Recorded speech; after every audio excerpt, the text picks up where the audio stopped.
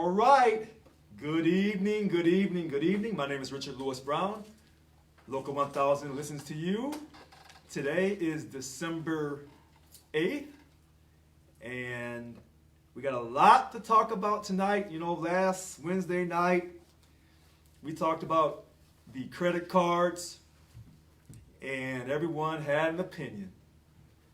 And you know, they said, hey, we don't want you at the French Laundry getting your shirts dry cleaned so you can look professional and starched up when you do those videos. We don't care if you represent the largest public sector union in California.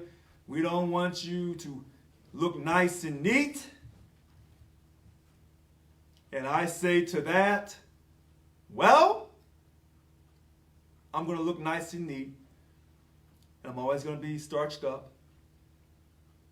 And if you think that me taking these shirts and pants to look a certain way to represent you, Local 1000, and you think that's too much at $25 or $50, then let me go on and apologize to you right now. But you wouldn't have known if I had to put up the credit card statements. And you said, well, we don't care about the credit card statements, Richard. We want to build membership. We want to know what you're doing right now to help us. And so, it's a great point. And so you have the argument, do you study your past to prepare for your present, to get ready for the future, or do you disregard the past and only worry about today and what's in front of you? And so I would say to you, if you're only worried about today and you're not focused on what happened yesterday to help you for today, to get ready for tomorrow, I would say there's something wrong with your thinking. There's nothing wrong with that. I know short-term thinkers. I'm from St. Louis. I know short-term thinkers. They live day to day. They're not in a union. Because in a union, we should have substantial wages for a specified period of time, absent of bad behaving, egotistical, self-serving supervisors. That is what a union should be involved in. Wages and working conditions. Now, some of you say we should be involved in other areas. I would tell you I respectfully disagree. But this is a free country currently, and you're still allowed to have freedom of speech peacefully. You're still allowed to regulate your body somewhat. And most of all, you're still allowed to have an opinion about, about your Local 1000 president, good or bad. And I'm not going to censor you, and so we're going to get started with this PowerPoint, as you see behind me. And then, it's question time. And you're going to ask me questions, make comments, and, tell me how you feel about life. Local 1000 listens to you every Wednesday night at 6:30. So let's get it started. All right. Now, tonight, it's about that money. Money, money, money, money, money, money, money. Review of historical MOUs. MOU, Memorandum of Understanding. What does that mean? It's your contract. The contract, okay?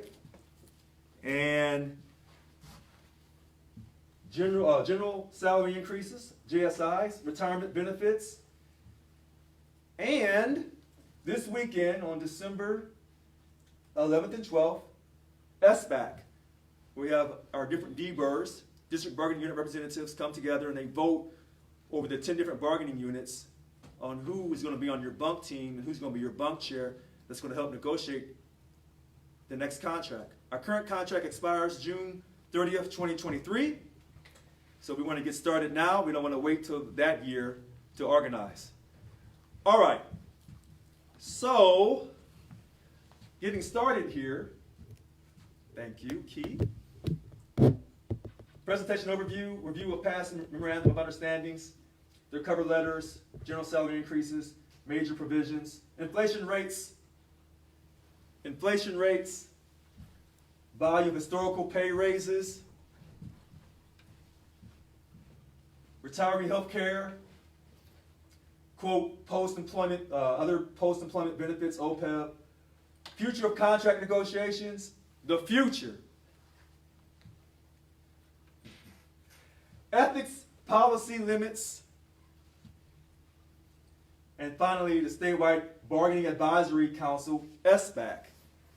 Statewide Bargaining Advisory Council, SBAC, and the Bunk Chair Bargaining Unit Negotiating Committee. The Bunk Bargaining Unit Negotiating Committee. All right. We went back in the past, and they tell you every time, Richard, stop talking about the past. Well, Richard says, well, wait a minute. Come on, guys and girls. July 1st, 2006 through June 30th, 2008, guess what we had? Guess what we had? We had a COLA. They called it a cost of living adjustment. Now, all the people, I don't see her, all the people from the past, way back in the past, they know about that. There was that $1,000 taxable bonus. General salary increase 3.5%. Wasn't very much. The COLA was based on the Consumer Price Index. This was the last time Local 1000 had a COLA. We have a current bunk chair. I guess he's going to run again for bunk chair. Brad Willis in Bargaining Unit 11. He was on the bunk team during this time. Brad Willis. All right. But this is really, it goes to show you that when they say we can't have a COLA, that's not true. Whoever told you that we can't have a COLA, whoever told you that Richard Lewis Brown was crazy for saying COLA and GOPay, they were wrong. And I'm going to show you this by going back in the past and coming to the current. All right. Remember this contract? Or did you forget? July 1st, 2010 through July 1st, 2013. Now listen how they did this. Only one pay increase. Those were tough times during that time period. 3% on the last day of the contract. 1.17% pay increase over those years. That contract was ratified in November 2010 after Governor Jerry Brown got elected. And who remembers losing those two holidays? Y'all remember that? Yes, you do. You remember. Because they replaced those two holidays with two PDD days. You say, well, what's the big deal? Why did we give up those two holidays? The union does not give up holidays and money. And so what they did, when they gave that up, that was a sign of the times. A sign of the times. Brad Willis was there during that contract that got ratified. And so was Miguel Cordova, Unit 21. He was there. And if you remember, we had the furloughs going on too. That started February of 2009. All right. And you'll see here in the cover letter, it says stops the furloughs. Now, here's the funny thing. It says stops the furloughs.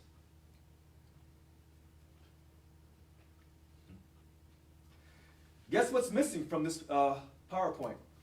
And I went over this PowerPoint 1,000 times. But when I go live, sometimes I can see it. Remember the 2010 POP? That's how this contract got done. We agreed to give up our money voluntarily. So we helped get this governor from the past, Jerry Brown, in on his second go-around. He was in the early years, in the late 70s into the early 80s. And then on this go-around, he said, give me up 1 day POP. Give me 1 day. After going through those 3 days with Schwarzenegger. And the union agreed to do that. I would have never agreed to that. We're not going to give up anything. How hard do you have to work every day, and then your union just gives up your money? And I say that with love. All right. Now, look at this one.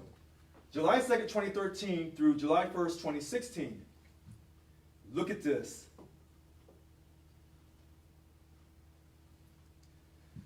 No furloughs or POP.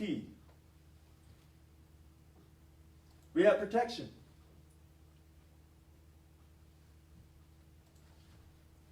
I'm going to read it to you from right here. No new furloughs or POP days during the term of this contract. Remember how I was screaming about, show me the cover letter off these contracts?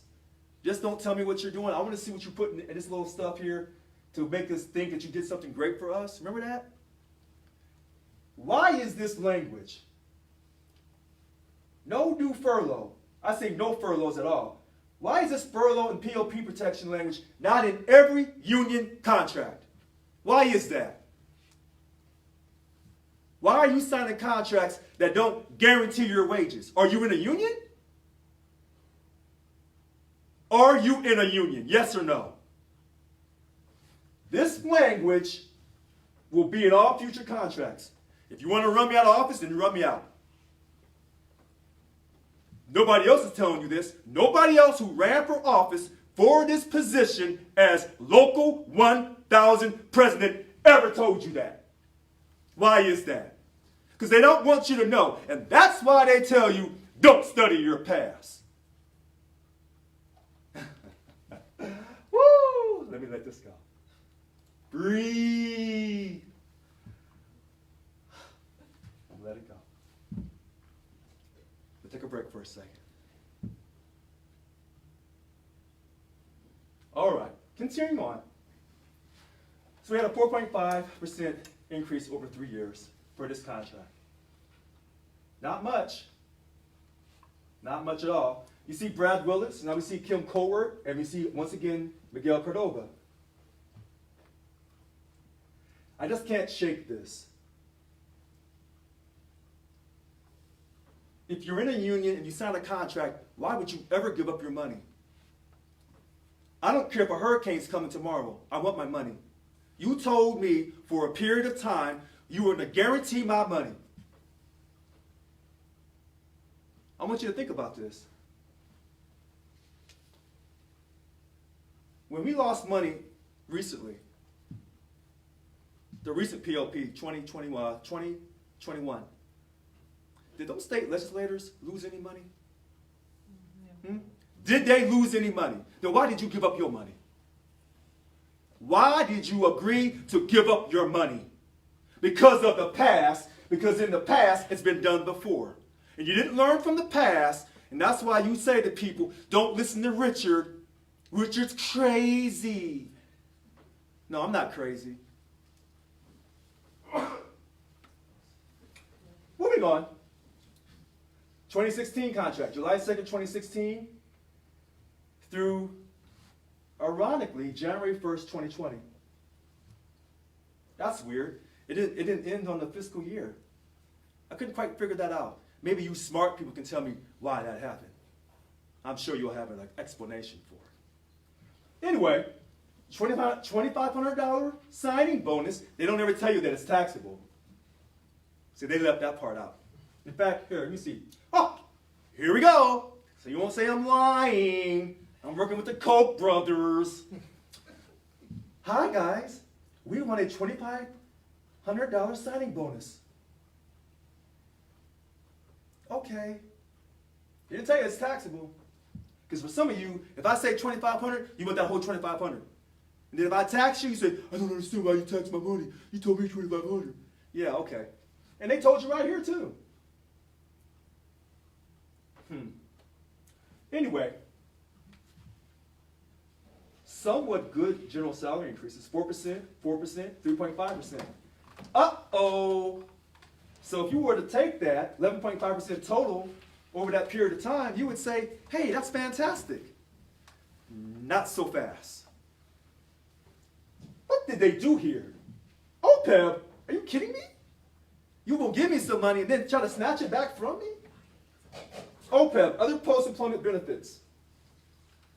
AKA, it's on your pay stub as a CERBT. Retiree health care.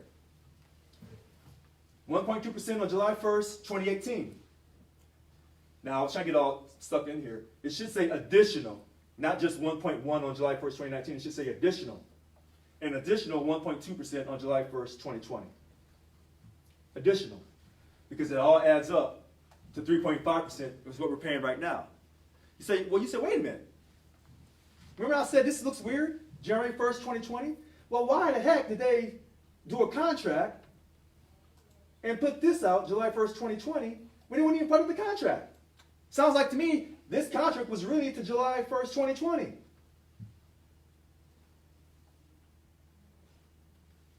That's what it sounds like to me. And they said, well, we don't want to hurt people. We wanted to drag it out. Well, if you're going to drag it out, then don't even put it on this contract. What's going on? Well, wait a minute, hold on. So the politicians are our bosses, so they told you to do it like that? So you did? So you got this, but not really because of the 3.5%. So you really got 8% over 4 years because we didn't get that next contract right away. No, we did not. Oh, y'all forgot. Oh, I didn't. You really got 2% over 4 years. Average. Oh, wait a minute. Well, look who's here. Our VP Secretary Treasurer at that time, Teresa Taylor. Oh, you know who she is. Oh, yeah. She's the one that wants to run me out of office. Oh, you didn't know? Oh, you want me to stay focused? No, I can do this and talk about her and all these other so-called wannabe Local 1000 leaders and hold them accountable because there's her name. She agreed to that. And she's the one that's trying to run me out of office, her and Billy Hall, whatever his name is. I'm just saying. And then we see, once again, Brad Willis, Kim Colbert, and Miguel Cordova. They don't want me around either. I'm just saying. But I'm showing you in writing. Notice, this is a sales gimmick. You don't see the OPEB mentioned in here. No. And they tell you, what do they say here? Through 9 months of negotiations, 9 months. In June, I think it's in 2016, 8,000 members created a sea of purple at the state capitals chanting, our union, our contract, our future. Well, I can't tell with this. What kind of future is that? You giving up money. Now remember, your retiree health care was guaranteed by government code 22871. Oh, I'm coming to it. Oh, yes, I am.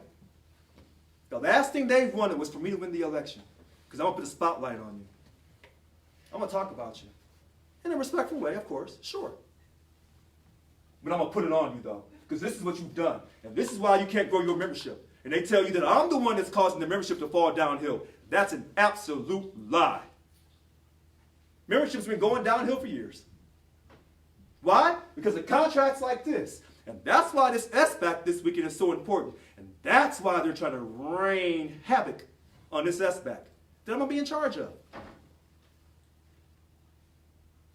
You keep electing the same people to the same bunk team, and they keep making the same interesting decisions because of the same former Local 1000 president. Now, here we are. January 2nd, 2020 through June 30th, 2023. Oh, wait, let's go back for a second. Remember now, we were going on strike December 5th, 2016. And then December 2nd, they found the pathway. And so when they tell you, well, we can't go on strike, we're under a signed contract. You know they always say that on Facebook? So we were going on strike on December 5th, 2016. Why? Because the contract had expired. And I've told you this 1,000 times. But they continue to go on Facebook and spread all these evil lies, and then they sit back and say, don't worry about us lying and stuff. You focus on your job. This is my job. You're lying on the union. You're hurting the perception of the union. You say my crazy videos hurt the perception of the union. No, my videos draw people into me. Then they say, oh, wow, he's not so crazy. He's actually telling the truth. Maybe that's why he's crazy, because he tells the truth. And he's not taking the money. Well, what money are you talking about? Give me a moment, and I'll show you. All right, so we didn't have the strike. It got called off. I signed up for the strike vote. Did you? Did you vote? Remember when you could sign up on that strike vote, and they said, hey, if you want to become a member right now and sign the strike, you can. But when it comes to elections, oh, they tell you something different. They said, well, you know, we don't want to tell you when you can be a member. And then if you do become a member, we want to get our money from you first before we allow you to vote. Oh, you think I'm dumb, though? No, I'm not. Just ask some of these people, these so-called smarty people. They're all over the union. All right, moving on. So here we are, 7% for 3.5 years. You say, hey, that's not so bad. Average 2% per year? I can't come up off that. Why are you paying us money for this type of result? So you get 2% pay increase. Oh, we'll get to the fact that you didn't get all this money right away. We'll get to that in a second. 2% over 3.5 years, and then I can't give you satisfactory job representation. I'm confused. Now, this is what you call politics. I'm not like that.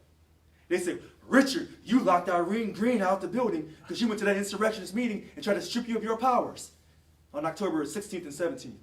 You can forgive her for that, Richard. Remember? Forgiveness overcomes anger and madness. Remember that phone video I did? But she's never come and said, Richard, I'm sorry. I am sorry for what I did to you. She's never apologized to me. But forget about me and my little ego. I ain't got much ego. A little bit. But she didn't apologize to you for trying to strip me of my powers, because if she apologized to you, what she's really saying is, I'm apologizing for trying to rob the voice of the voters at Local 1000. And I wouldn't be a hypocrite like the party I belong to, the Democrats. Oh, I'm talking tonight. Anyway, you don't see the bunk chairs besides the president, you don't see the names on the cover page. But they moved them to the back. They put the bunk chairs and the bunk members for each bargaining unit on the back page. I couldn't find the VPs, couldn't find Alika Walls. You know she's incredible, you know. I couldn't find her, couldn't find Kevin Manager, Secretary-Treasurer at the time. Couldn't find him. Couldn't find VP of Bargaining Tony Owens. I couldn't find him either. But you thought I missed that. Okay. Keep thinking that. Page 2, these are the current chairs. And the reason why I put their names up, because many of these people, these current chairs, Susan Rodriguez, Unit 1, Terry Hibbert, Unit 3, Karen Jeffries, Unit 4, Brad Willis, Unit 11, Ed Page, Unit 14, but he replaced Robert Vega, Eric Murray, Unit 15, but he replaced Garth. I'm sorry. Oop, this is wrong. I caught my mistake. He replaced Garth, but Garth had replaced Maria Patterson. Okay, and then there's Kim Cowart, 17, and Miguel Cordova, Unit 21. I didn't put State Bar on here. I left them off. These current chairs most likely are going to run again this weekend. It should be interesting to see if these same contracts that haven't been giving you anything, disrespecting you, if these same people get reelected all over again. It should be interesting. And if you say, Richard, you're out of pocket, you're interfering with the election. Oh, no, I'm not. No, I'm not. I'm giving you the history. And I told you in my brochure, my 2021 brochure, all these people and their pictures was in my brochure. I'm not telling you nothing, not one single thing new. I told you ahead of time who I was. That's why they're trying to run me out of office, because I'm exposing these people for who they are. In this starched shirt. You got that right. So, this is what it is. Wait, I want to read this for a second, because she said something. I said, oh no, she's being smooth. Okay, wait a minute. Utilizing the personal leave program, PLP. Why did we give up 2 days of pay? Now the bunk chairs and the president said it was the right thing to do. They said it's the right thing to do. We're in a pandemic. The governor knows what he's talking about. And we're going to give up 2 days of pay for 2 straight fiscal years. It wasn't 1, it was 2. It stopped at 1. Why did it stop at 1? Oh, well, we have a surplus, Richard. Wow. We got $76 billion. I can't tell. Can you tell? Did you get any of that essential worker premium pay money yet? Has nothing to do with the federal government. This is state money. We gave up that money for what? Because of the past. Because we've done that stuff in the past. Oh, you thought I forgot about the 2012 PLP. Oh, I didn't mention that? Thought I forgot. So the 2010 to 2013 contract, November, it was ratified, 2010. It went back to July 1st, 2010. 1 day PLP, 2010. Remember when he came out, Mr. Jerry Brown, and you really found out how he really got down? You thought he loved you, but he didn't. And in 2012, he said, give me another day. And we voted on that one. The whole membership, at least that's what they tell us. They didn't tell you how many folks voted. They just told you the percentage that it passed by. And we gave up another day while under a signed contract. 2010, PLP, 2012, PLP. And you say, don't talk about the past. How can you not talk about the past to inspire people today so they get motivated to know they have a real leader for the first time in local 1000 history? How can you not talk about the past? You talk about the past in America. You brag about the 4th of July. Oh, man. Really?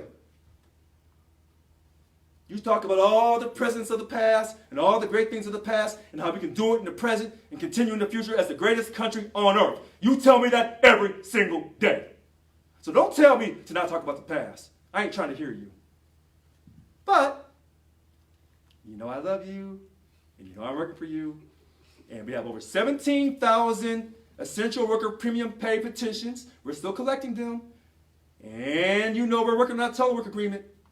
And even though things got tough with Cal HR, and we sent you off that email saying, hey, take the survey to ask you, the membership, how do you feel about what Cal HR is doing on this telework agreement? We value your opinion. We'll collect those surveys to the end of the month, and then we'll make an informed decision because of you.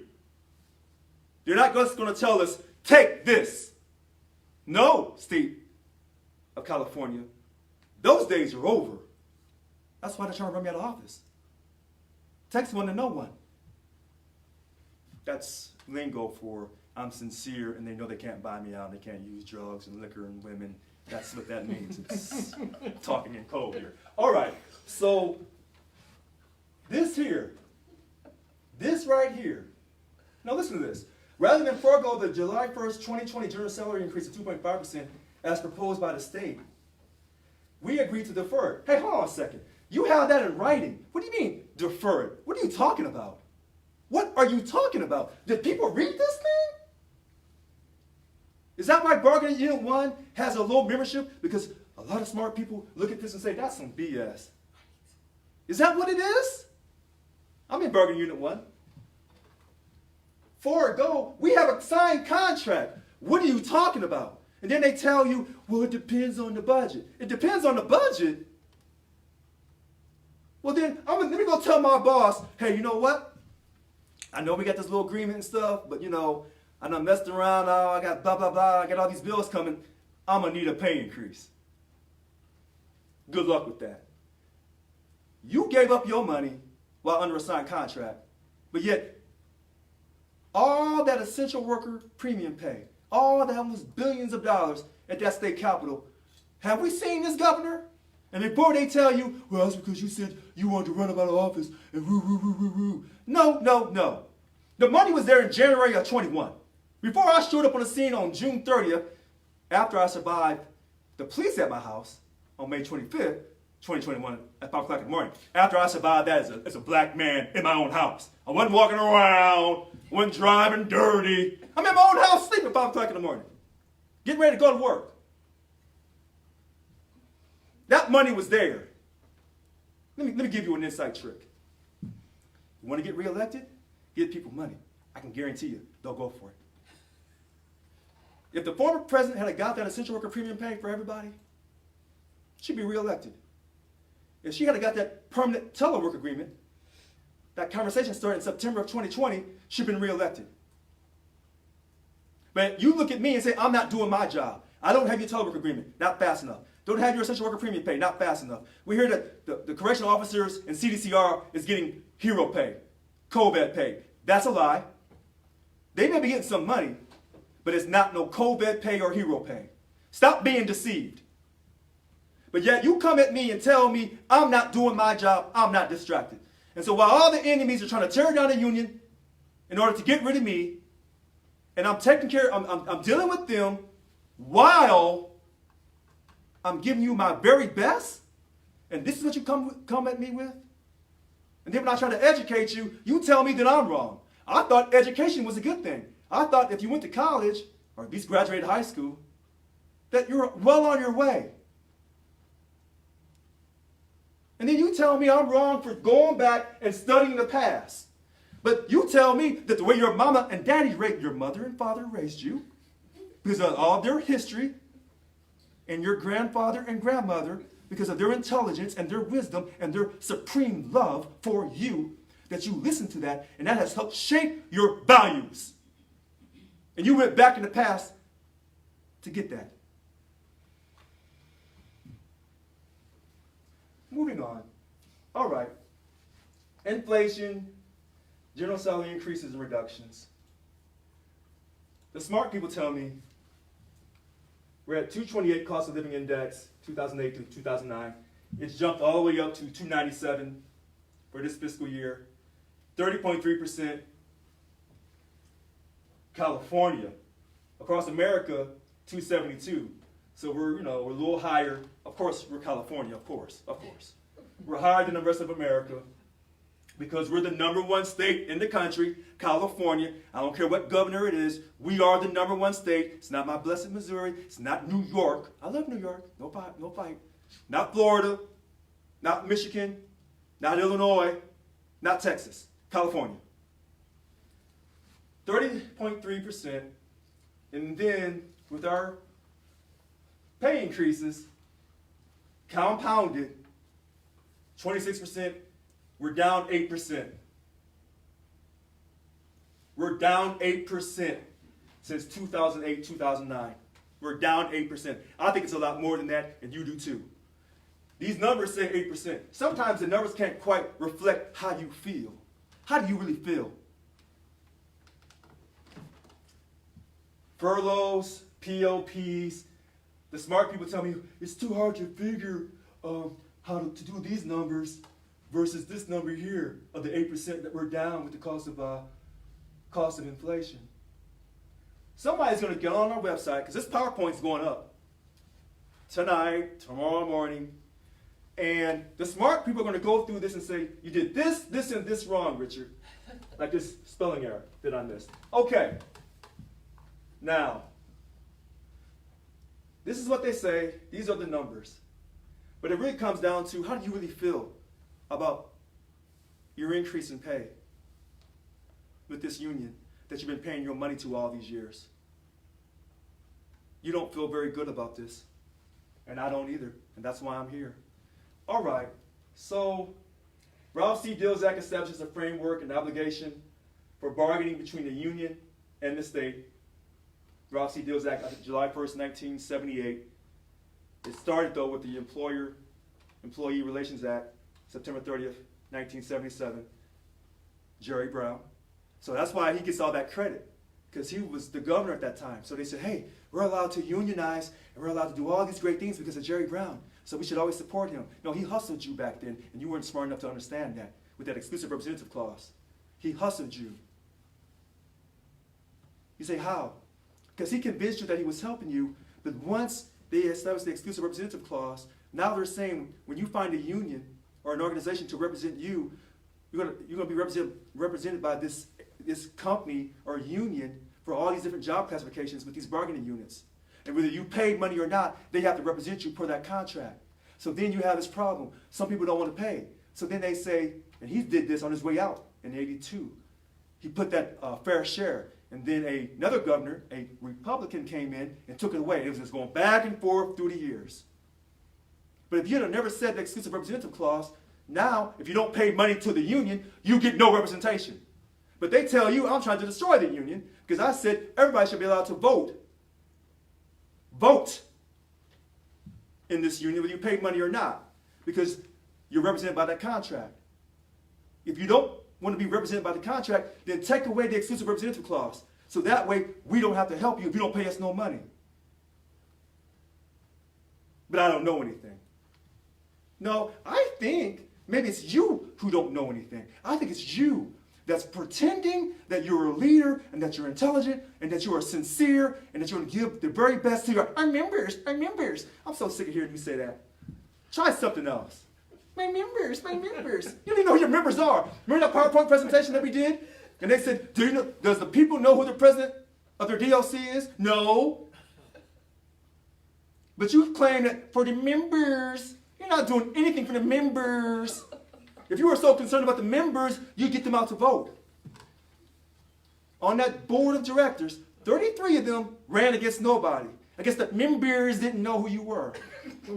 Moving on. Anyway, the Act defines mandatory subjects of bargaining and the obligation to bargain in good faith.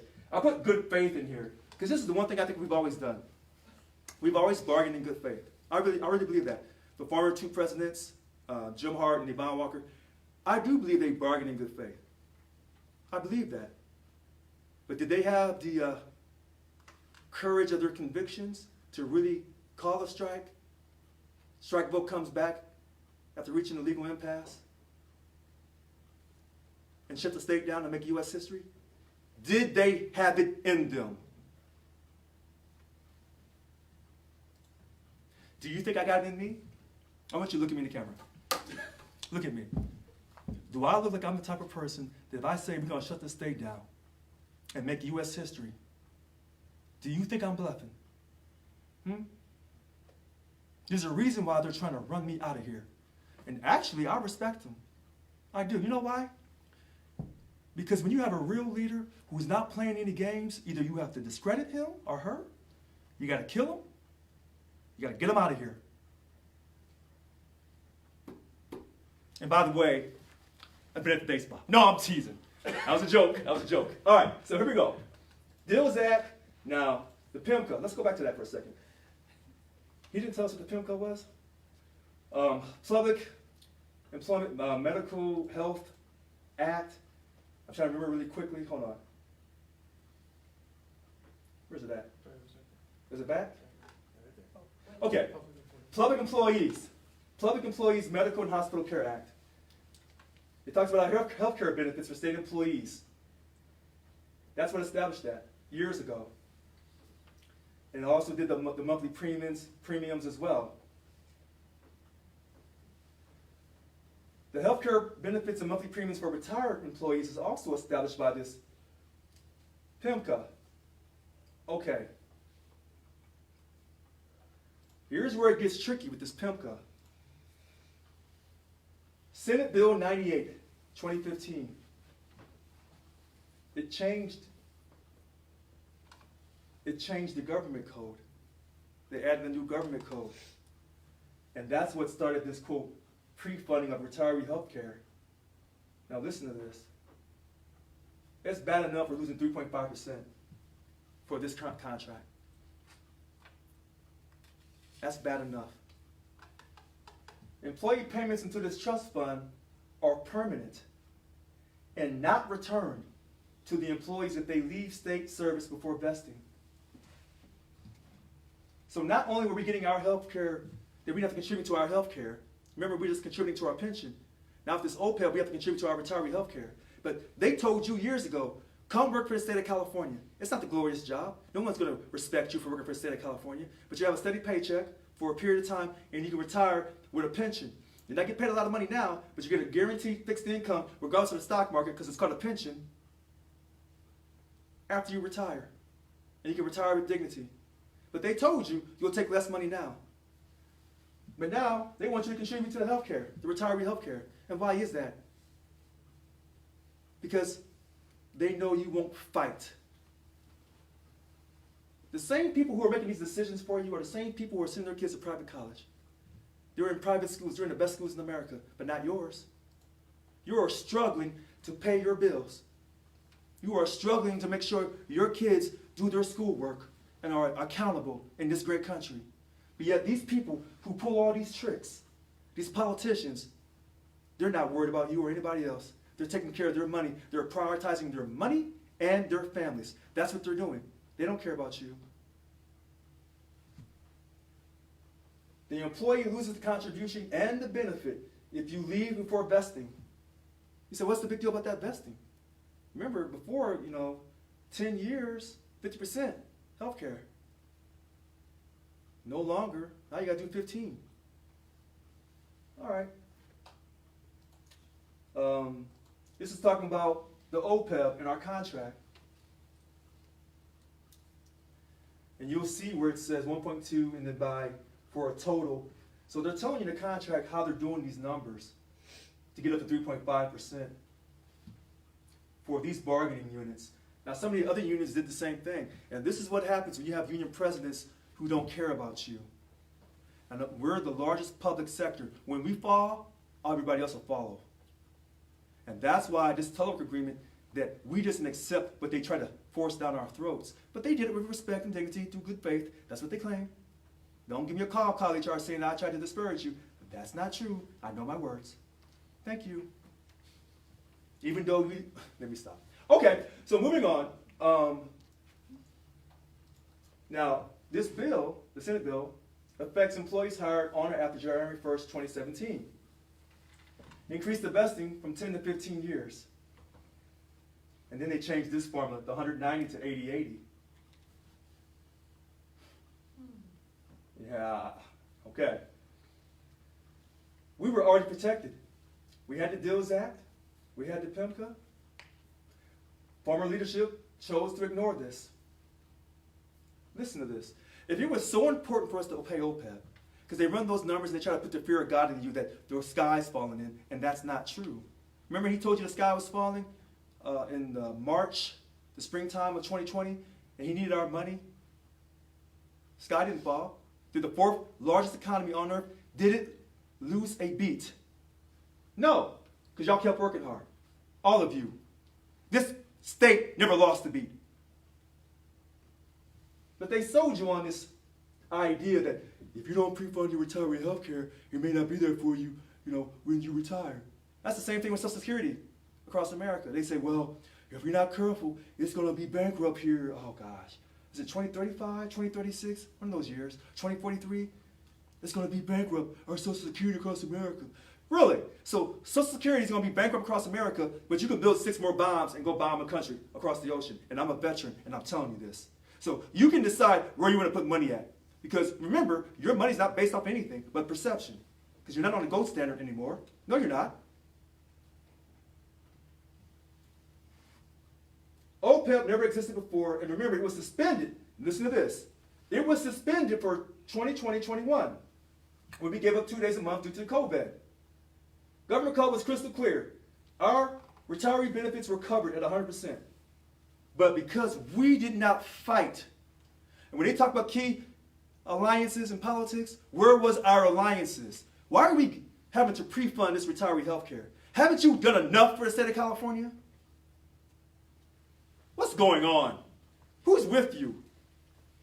The politician or Richard? This is Richard's reality. You may not like Richard's reality, but it's the truth. All right. Former Governor Jerry Brown, he had no right to take away our benefits, our retirement benefits.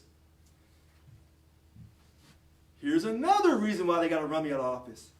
As long as I'm the chief negotiator, we're not doing this. We're not. That 3.5% OPEB deduction, it's over. Just like that.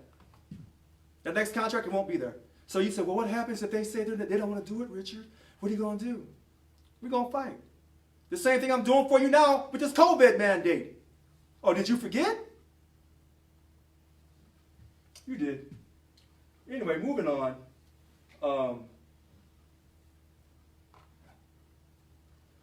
Ralph C. Dills Act 3517.5. If we have an agreement, our MOU, that's going to override any government code. Now, getting that money, that could be a little tricky. They say, well, what if we don't have the money? Let me tell you something about California. We're always going to have money. Don't ever lose faith. When they tell you there's not enough money to go around, you know what that means? They're liars. They told you we was in a financial crisis in 2020. And then all those billions and billions and billions and billions in January. The projections in January of 21. Did they share those billions? Did they pay you back for those 2 days that destroyed your dignity? Did they? Okay. You know what? I'm moving on. Because the more I look at this, the more, y'all can read through this, the more I just kind of say. All right, contract negotiations under new leadership. The union will negotiate totally different than it has in the past. SBAC, December 11th and 12th, a new bargaining team and unit chairs will be elected. Now, some of the same people I talked about may get reelected. They may have the votes from the D-Birds of their particular bargaining units. That's how the game goes. This is why voting matters in this country and in this union. All right. GeoPay. Right now, only certain areas: Orange, Santa Barbara, Santa Cruz, and San Luis Obispo. They get it, $250 a month. Why doesn't all of us get some type of GeoPay? At least for Short Dakota. Why? Because we didn't fight for it. They tell you that they did fight for it. It's not true. And look at this. You would think Los Angeles County, San Francisco City and County, San Diego, where are they at? They have some type of weird formula like, well, it depends on the vacancy rate or the vacancy rate or the non-vacancy rate, whatever. I mean, common sense tells you that this is wrong.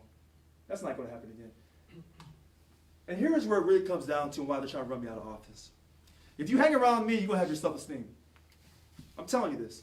Don't come around me with a low self-esteem talking about what you can't do. Get out of here. Because you're ruining my natural high. I don't want you around me. I don't. I'm dead serious. Don't come around me with your head hung low talking about what you can't do. I left you back in St. Louis. I don't want to hear that. This is California. You guys are supposed to be the cutest, the smartest, the best that America has to give or has to offer. Then act like it. As long as I'm the chief negotiator in this next contract, book it. Dignity will no longer be defined and decided by college HR. Let me read this garbage for you. Whoever voted for this contract, please. Dignity clause. The state is committed. That's already a lie right there. I mean, I just start laughing. This is a natural laugh. That wasn't rehearsed. The state is committed to providing a workplace, whatever, where all employees, they all underpay you, of course, regardless of the employee's classification or pay status, like I said, they'll underpay you, are treated by supervisors, again, that's a lie, and managers in a manner that maintains generally accepted standards of human dignity and courtesy. You believe that? Do you believe it? Then why did you vote for this contract? Employees alleging that they have not been treated accordingly may file a grievance. Now listen to this. You go to your job steward, hey, if you got one, call me, I'll make you one. But I'm wrong though. We'll get you training. Article Walls, VP, Organizing Representation. Yay, fast track. I got you. Okay, file a grievance. Now listen to this. So your boss is making you come in when you should be teleworking because they said we're still in the COVID, the pandemic. That's what they tell you. Live in fear. Don't go anywhere. Take the third shot. But at the same time, they want you to come to work. Put a mask on. But you know you're being discriminated against. You thought I missed that, but I didn't. So you say, hey, I'm going to file a grievance. Okay. For your dignity? Hope not. Telework? Page 341? It ain't very good. The decision reached at step 3. Cal HR. So the same people we were battling with over your money and your dignity are the same people that's going to be the final decision authority.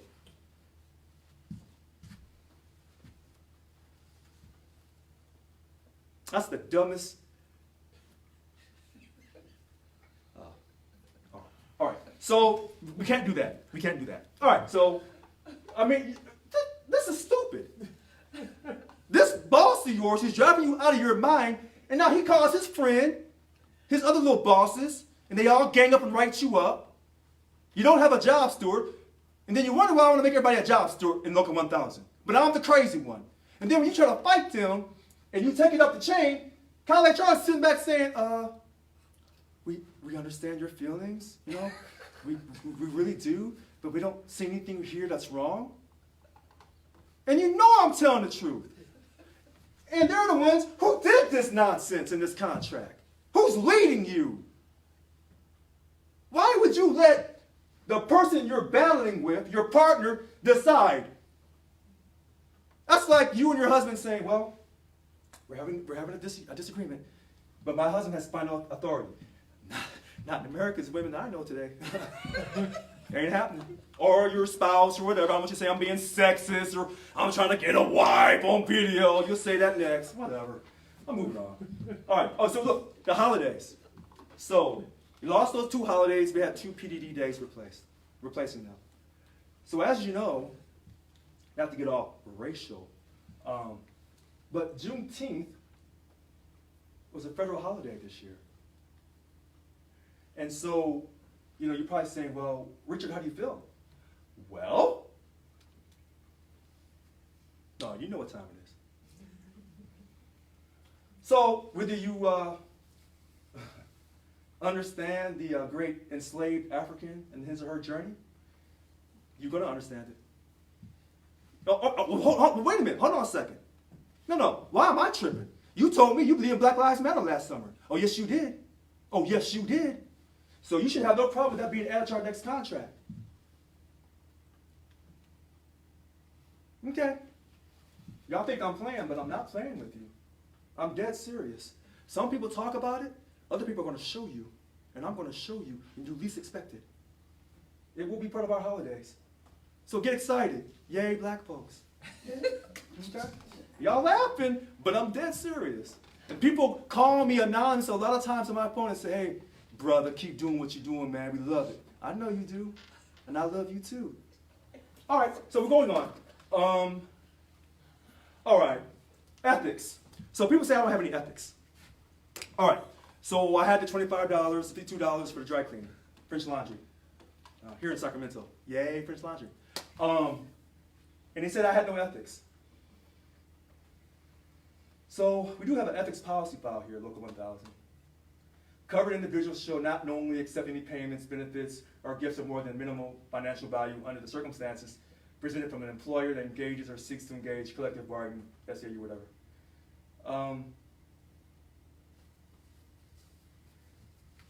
Let's go to that other part here. Where's it at? Covered individuals shall not knowingly accept personal payments or gifts from any member absent a personal relationship independent of the relationship between the union and the member, other than a gift of minimal financial value. What does that really mean? Common sense tells you I can't go out here and take a gift of $1,000 or something from a member. Because if a person came to me right now and said, here, Richard, here's $1,000. Oh, by the way, Richard, I need union leave. Uh-oh. Uh-oh. There went union leave. So it's funny because the Disney resort cost $4,528, a gift to Margarita Maldonado by our former president in 2018.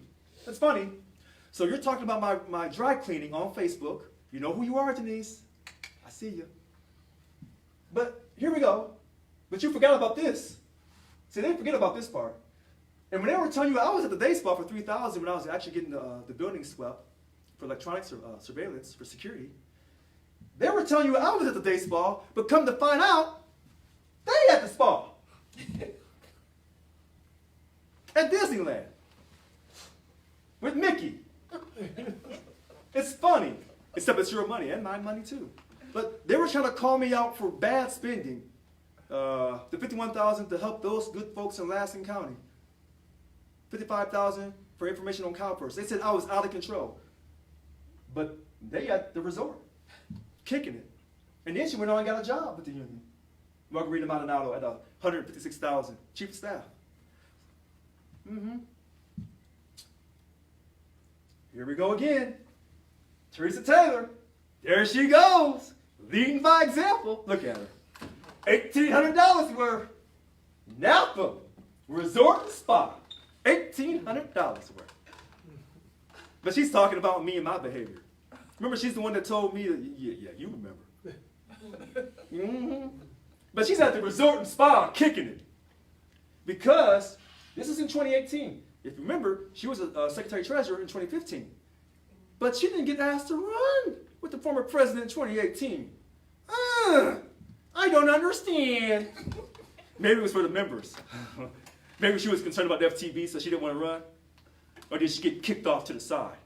So, this is how you send someone off. And she still kept her union leave. Full time, all the way up to now. Up to I think July or August of this year. She was on full-time union leave from 2015 all the way up. But I'm the one that's out of control. You thought I forgot? You thought last week I wasn't going to come back on you? You wait till I really open up on all these people. I got a lot to say. All right. So, SBAC. We're going to end on a positive note. So SBAC, 10 to 11:30 on Saturday, December 11th. That's this weekend. It's being held by Zoom because there's so many people. And there's a lot more people than the board of directors meeting we're having in person next weekend on the 18th and 19th. But you'll be able to watch it on Zoom. It's going to be up on Facebook. It's going to be on our website. Why? Because there we go. We're transparent. Yeah. And, now listen to this.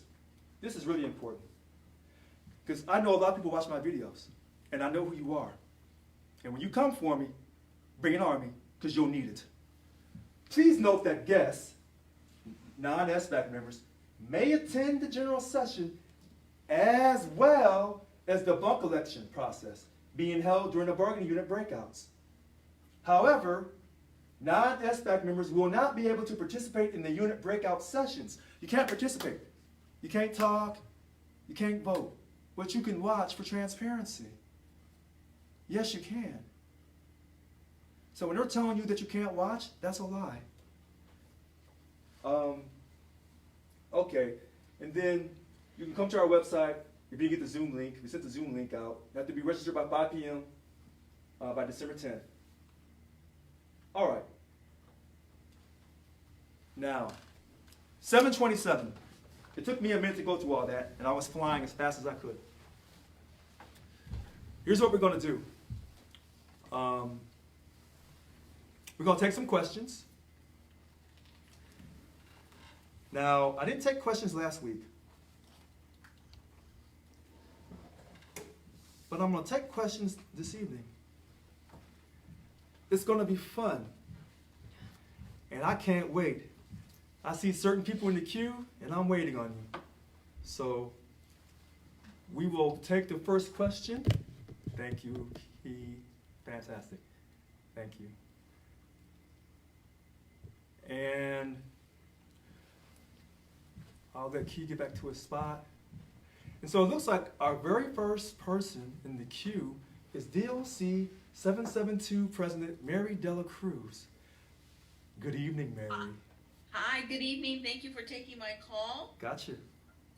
I just want to thank you for your PowerPoint presentations. They're very educational. I appreciate that people that come on can see the transparency, and I thank you for that. That being said, we have a lot of members out there that I have been reaching out to and speaking to that are concerned, and I know SBAC you're going to be able to chime in or watch and listen. Will that be the same for the Board of Directors meeting? No, the Board of Directors meeting is all in person. So that's yes, but I'm sorry. No, so yes, I understand that's an in-person. However, for members that aren't able to attend, is there a possibility to have that being able to be visualized via Zoom as well so they can watch? As you know, everybody on the board was sent emails. That's an in-person only meeting. Now, if you're asking that when I conduct this meeting on the 19th, and then the video will run on the 18th as well, if you're asking me, will people be able to view it? Oh, absolutely. But as far as the interaction with the board, that's in person. Okay, because I had members that were wanting to be able to speak, And They but can we're send their able to impact attend. statement. Well, they can send their impact. They can send their impact statements to me if they like. I'll be glad to read them. Okay, Yeah. and because a lot of members feel that their Deals Act was violated by SEIU, not representing them fairly when they negotiated some of these contracts. It wasn't in good faith. They were not acting in good faith on behalf of the members. So I said in the video that I do believe that Local 1000 has bargained in good faith. Other people may have different opinions depending on the outcome of that contract, along with some other issues. So you raise a valid concern. But I just stated a few minutes ago that I believed in my heart that the two former presidents did bargain in good faith. But did they have the heart to fight and go on strike? That I question. Well, and I appreciate that, and it's the members that are bringing this to our attention, which is why I'm presenting it. And I will tell you, as being part of the bargaining team back in 2016, we talked about we were all ready to strike. I can tell you, Richard, and all these other board of directors who were part of that, or people that were Deavers and part of that, listen, Yvonne Walker tried to talk us out of striking. She literally, go ahead. So we took the strike vote. Yes, we did. Towards the end of October through November, and it came back positive, overwhelming majority. I don't know how many people voted for that. And we were supposed to go on strike December 5th, and then they reached a pathway sometime December 2nd. Now, if you say that she was telling people that she didn't want to go on strike, that is something I've never heard before. So in 2016, when I was there, we were negotiating. She literally stated, hey, well, who would follow you out? How about you? Who would follow you out? And I said, my people, my members, and my DLC. Yeah, right. Well, I ain't going to go out there and put myself out on a limb, and no one's behind me. Richard, every one of these SBAC people know, because they were in that room with me. And I'm just saying, you know what? We do appreciate this administration because we want someone to fight to the end for us. And we do want to strike. It just felt like it was put by the wayside. And that's just an opinion from me. And that is exactly what happened. I'll challenge anybody who was in that room with us, all of us there. That's how it went down. Too bad those aren't recorded. But I do also want to point out, these are members that are reaching out and asking, getting back to 2016 when we're doing that, that's the same year that, and this is a question members are asking me and I'm presenting it, are saying that was a year that the administration voted themselves the stipend. And how could they do that? Is that some members are saying, we find that unreasonable to vote themselves a stipend while we're in the midst of not even getting what we deserve for the members and having to pay all this. How could that possibly be okay? These are members who are bringing up concerns. So I'm just bringing it forth. So, ironically, I didn't talk about that part. So on June 26, 2016, 24-hour marathon session, the board of directors at that time voted to give the statewide officers a salary stipend. So the president, 1,000. Now listen to my language on this, my words. They voted to give her a salary stipend. So she would be paid she'd be paid as the same as the 1,000th highest paid, listen to this, not dues paying member, represented employee. She didn't take no chances. And that's what happened. And so that was a slap in the face. So a lot of people who are on this board now voted for that. Oh gosh, I'm trying to remember their names. I think actually Teresa Taylor that day was absent. Bill Hall was there. I want to say Deleon Seacrest. I want to say Jerome Washington. I can't remember all of those names, but a number of people are on the board now who want me out of office voted to give her the salary stipend. And so by them trying to remove me out of office, by creating this chair or whatever, not a legal meeting, an insurrectionist meeting in October, then they can hope, because remember when we did the PowerPoint, we stopped the salary stipend. So we paid $500,000 from June 2016 up to June 2021. $500,000 is now over. We're not paying that money anymore. I'm not taking a salary stipend. People tell you that I am, but I'm not. That's a lie. But I thank you for your call. Okay, that's a great point about the salary stipend. The contract negotiations that broke down early June. You got the money on June 26th, and then we had the vote to go on strike. We were supposed to go on strike on December 5th, 2016, but it got called off December 2nd, 2016. All right, next caller, David Montagna. David, good evening. Yes, sir. Can you hear me? Loud and clear, sir. Oh, yes. Thank you for taking my call. This is more of a personal nature. I sent you an email regarding the survey monkey. Apparently, I made a mistake and it went to my junk mail, and I responded to it late past the due date.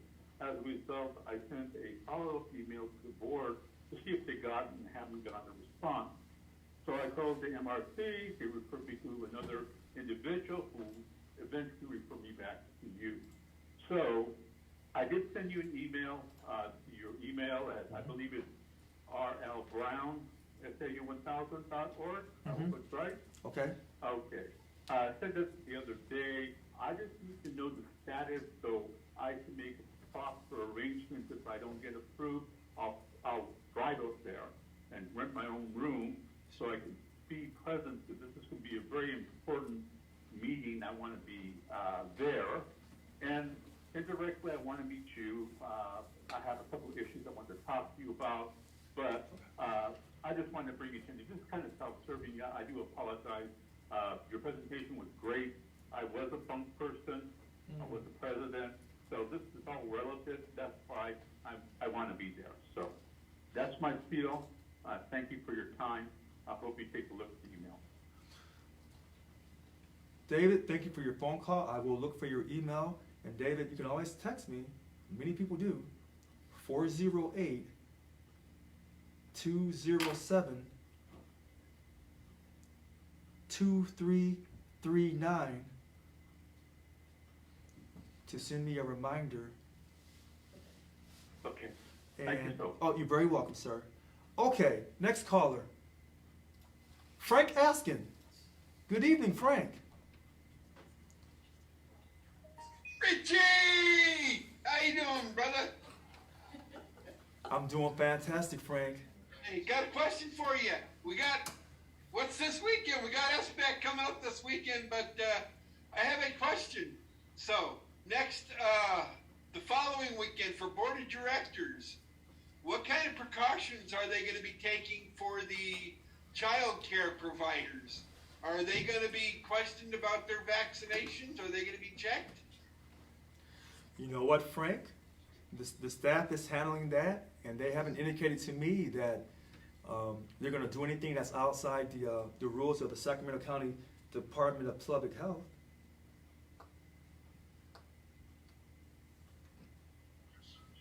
Okay, well, I thank you very much. I was just wondering because some members are concerned. And you know what? We're going to do everything we can and obey the rules of this county. We don't want to make anyone feel unsafe. And I think a big thing is, if you can't make it to next weekend's board meeting, I understand that. And if they're on the board and they can't make it, they feel that their life won't be safe. Then I understand that. It's not like this will be the last board meeting of Local 1000's history. There's going to be more. So if you look back in the past, Frank, you'll see at those board meetings for the board of directors, you'll see where people were absent. It had nothing to do with this pandemic. Where a lot of times where people were absent. In fact, I just talked about, I believe Teresa Taylor was absent at the salary stipend vote at that board meeting in Southern California on June 26, 2016. So sometimes people miss board meetings for families or for health reasons. But I thank you for the phone call. Thank you so much. All right, next caller, Sean Harrison. Hi, thank you, President Brown. I really appreciate your transparency. I'm trying to be real quick. I try to be respectful of people's time to be able to talk to you. And I hope you keep it up. And last week, this is one of the questions. I have two questions. One, are you going to continue to do this? Two, is there something we can do that I have a long, illustrious career as the president. Well, thank you. But how do we codify that we will always have this transparency? So those are my two. Well, first of all, thank you for calling in. Second, will I continue to do these look at my thoughts and listens to you? Well, absolutely. 'Cause I'm sorry. The transparency with regards to the finances, I apologize. Oh, for the finances. Okay. Now, as long as I'm your local 1000 president with my fully vested powers, and I haven't been stripped of my powers, you can best believe that the financial transparency will always be available. I ran on that in 2015, 2018, and I'm sticking to the same game plan on 2021. In order to increase membership, people must know that their money is being spent wisely. And so, with my credit card charges, they'll go up every month. So that will continue. As far as how do I stay in this position long term? By the grace of God through Jesus Christ?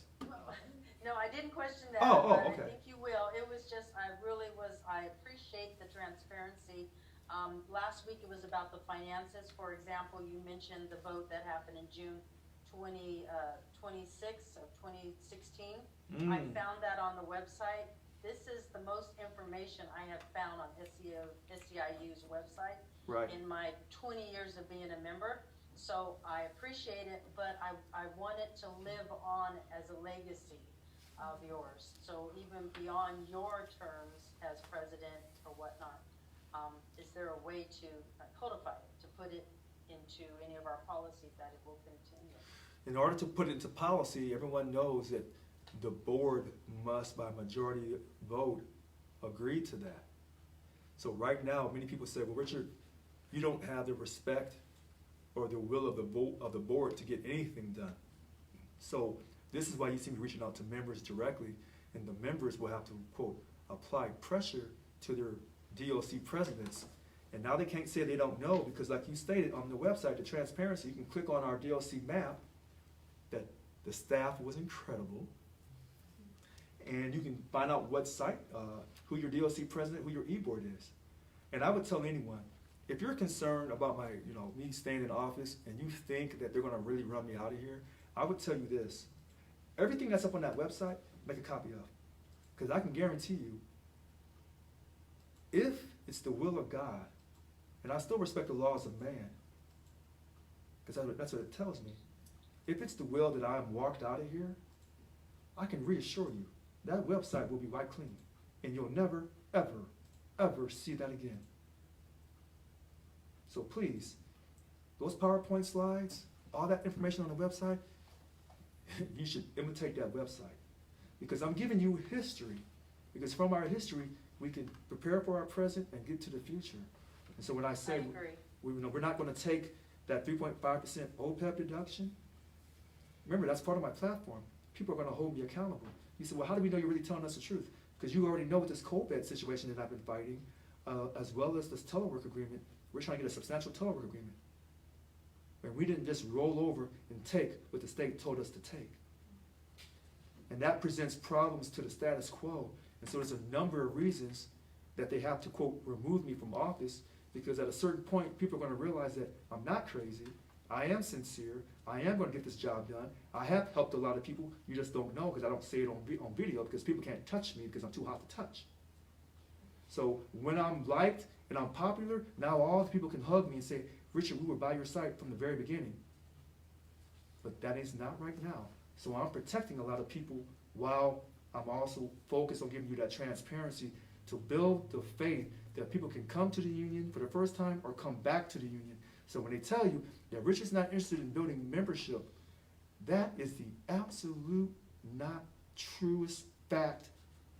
That's a fact that I'm sincere in building membership. So when they tell you these lies about me, people say ignore the haters.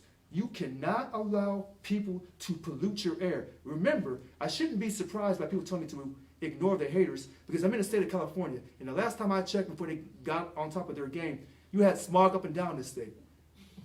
But then they said, you know what? We can't ignore the smog. I told you I was feeling it tonight. You can't ignore the smog. And we have the smog of evilness in the air, in our atmosphere of this union. You must clear that air out. I said the dirty laundry going to the laundromat. Now I'm telling you the smog. Until we address these problems while also dealing with the present, I'm asking you and everyone to do the same thing when you go to work every day and deal with these bad behaving bosses. Multitask, do your job, and do your boss's job, and not get no credit for it. But thanks for your call. I greatly appreciate it. Thank you. Okay, well, thank you for your time. Okay, you're very welcome. Okay, next caller, Kimberly. Hi, good evening. Thank you, President Brown. You're very welcome. First, I want to thank you so much for sending me the SEIU Social Justice T-shirt. I really love it and appreciate you being true to your word on that. I also want to thank you for explaining the opportunity to participate or view the SBAC and BOD meetings coming up and your commitment to increasing transparency. As you know, some of the DLC presidents do not engage effectively, if at all, with the employees they represent. I am in DLC 794, and mine is one of those who has refused to provide any information about agenda items for upcoming meetings. And I'm wondering, is it possible to send the agenda out to all represented employees before the meeting? And then I have a second question after you answer that. Oh boy, you caught me, Kim. First of all, your 794 DLC president is Francina Stevenson. Correct. So when you say that she's not communicating with her people, I can. I've actually asked her, and she has refused. So I can sit here and be real positive and say, "Oh, I can't believe that she would do that." But you and I both know that she's trying to run me out of office. So the truth is, it is what it is. She's not going to communicate with her people, particularly if those people are willing to talk to me. She's not going to do that. She's just not. And so when you say, can we send the agenda to all the represented employees? Yeah, that's my question.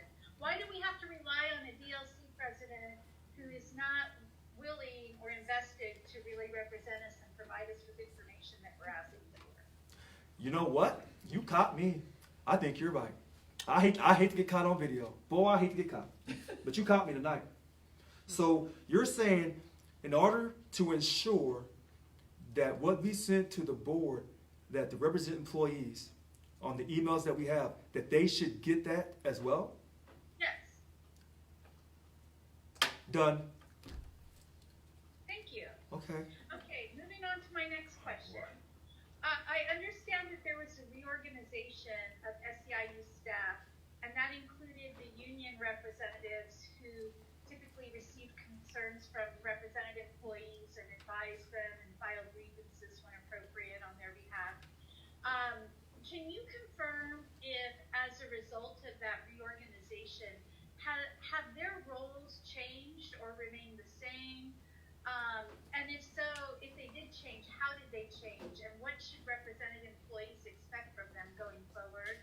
I may have missed it. I looked on the website. I couldn't find it. Maybe it's not there, through no fault of anybody's. But is there somewhere on the website that illustrates for us the new organizational structure that includes the lines of reporting? Wait a minute. I caught you, Kim. I think we have that. We have we have the structure of Local 1000 on the website. Okay, I will take a look. It's I can't remember.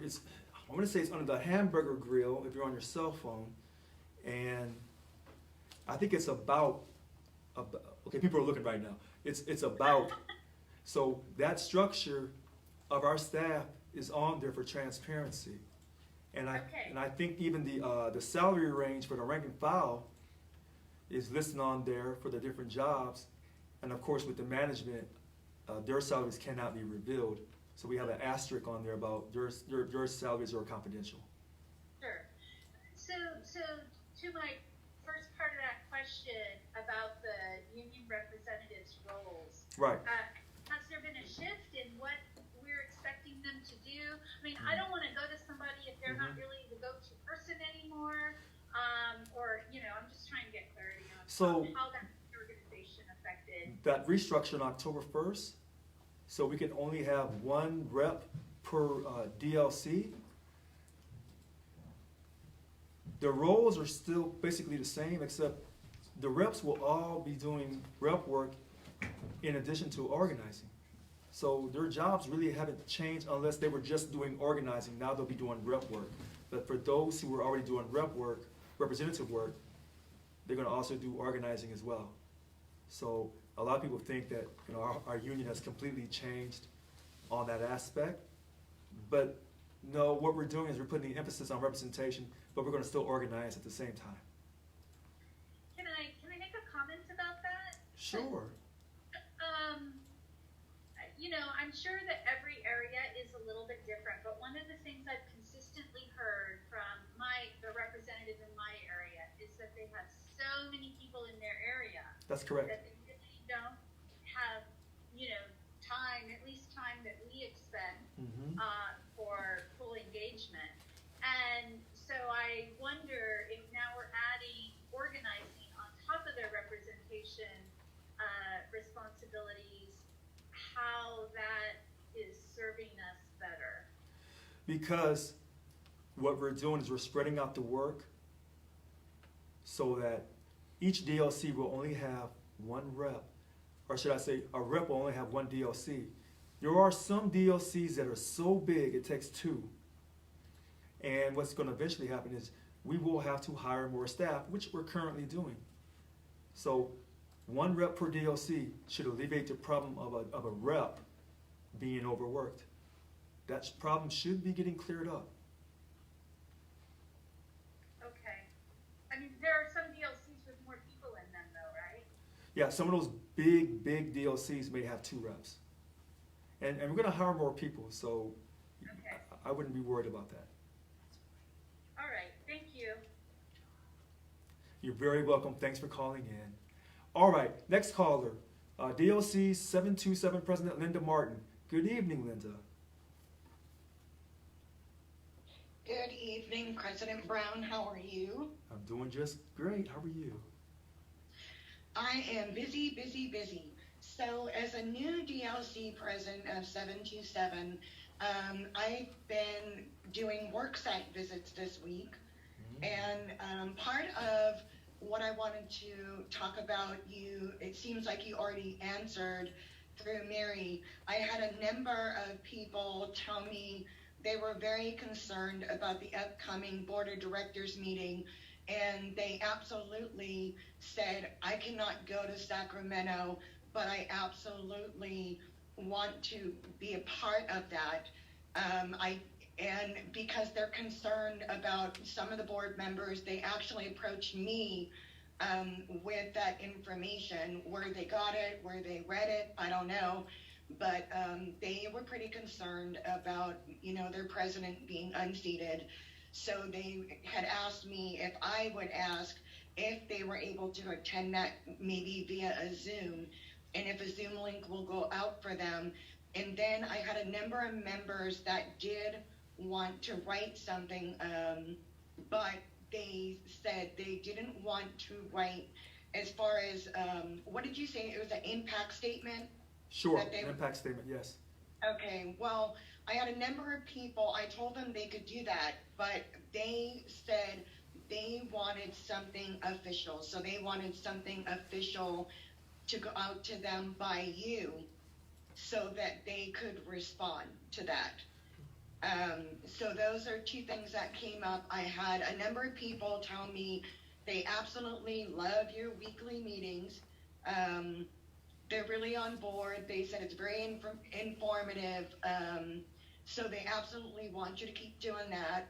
And the other thing that came up was the status of essential pay and where we are with that petition. All right. So, first of all, thank you. Tell those people, thank you. I love the encouragement and the support. Number two, this meeting is an in-person meeting. It will be broadcast live on our SAU 1000 Facebook page. I think it's going to also up on our website. Of course, you know, I'll have my phone on my Facebook page as well. Now, you have my number. My number is not a secret. Anyone that texts me, I'll send you an email. You can respond back with your impact statement to that, and I will read at the board meeting. Some people I know really want to come. If you send me your impact statement, I guarantee you I will read it. And you will be able to watch that's this. the problem I had, is that for whatever reason, some of the people that I talked to, they wanted something like officially by you, something that went out by you that they were able to respond to. I don't know why that Done. is. I got you. I got you. So, Right. boy, I want to say it was Kimberly. No, it was Sean Harrison. Was it Kimberly or Sean Harrison that asked for the agenda to go out to everybody? Kimberly, 794. She asked for the agenda to go out to everyone. So when the agenda goes out to everyone, I will also put in there about impact statement, about people who feel strongly about me staying in office with my full powers. I'll put that in there as well. Okay? Now, but hold on. Here's the thing. People always complain and say they don't get those emails. So whoever is saying they want me to email them, they're going to have to call if they don't want to text me. Because here's the thing. If someone texts me, I'm going to email them directly. So they can't say that when Local 1000 sends out the email, they didn't get it. So, okay. Will you also be able to put in there, in addition, the links that they'll be able to watch the board of directors meeting, please? Yes.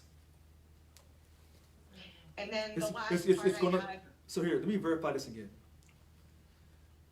When we run this live on Saturday and Sunday, it's going to be on Facebook. Hold on 1 second. Facebook, SEIU 1000, correct? Okay, so it's going to be on Facebook. I'm also informed it's also going to be on our website. It's going to be live on our website. But what I'll do when this agenda goes out to everybody, and I ask for the impact statement from people, I'm going to try to list every link for Saturday and Sunday for next week's board of directors meeting. That starts at 8 and ends at 3 at the Holiday Inn at 300 J Street, downtown Sacramento.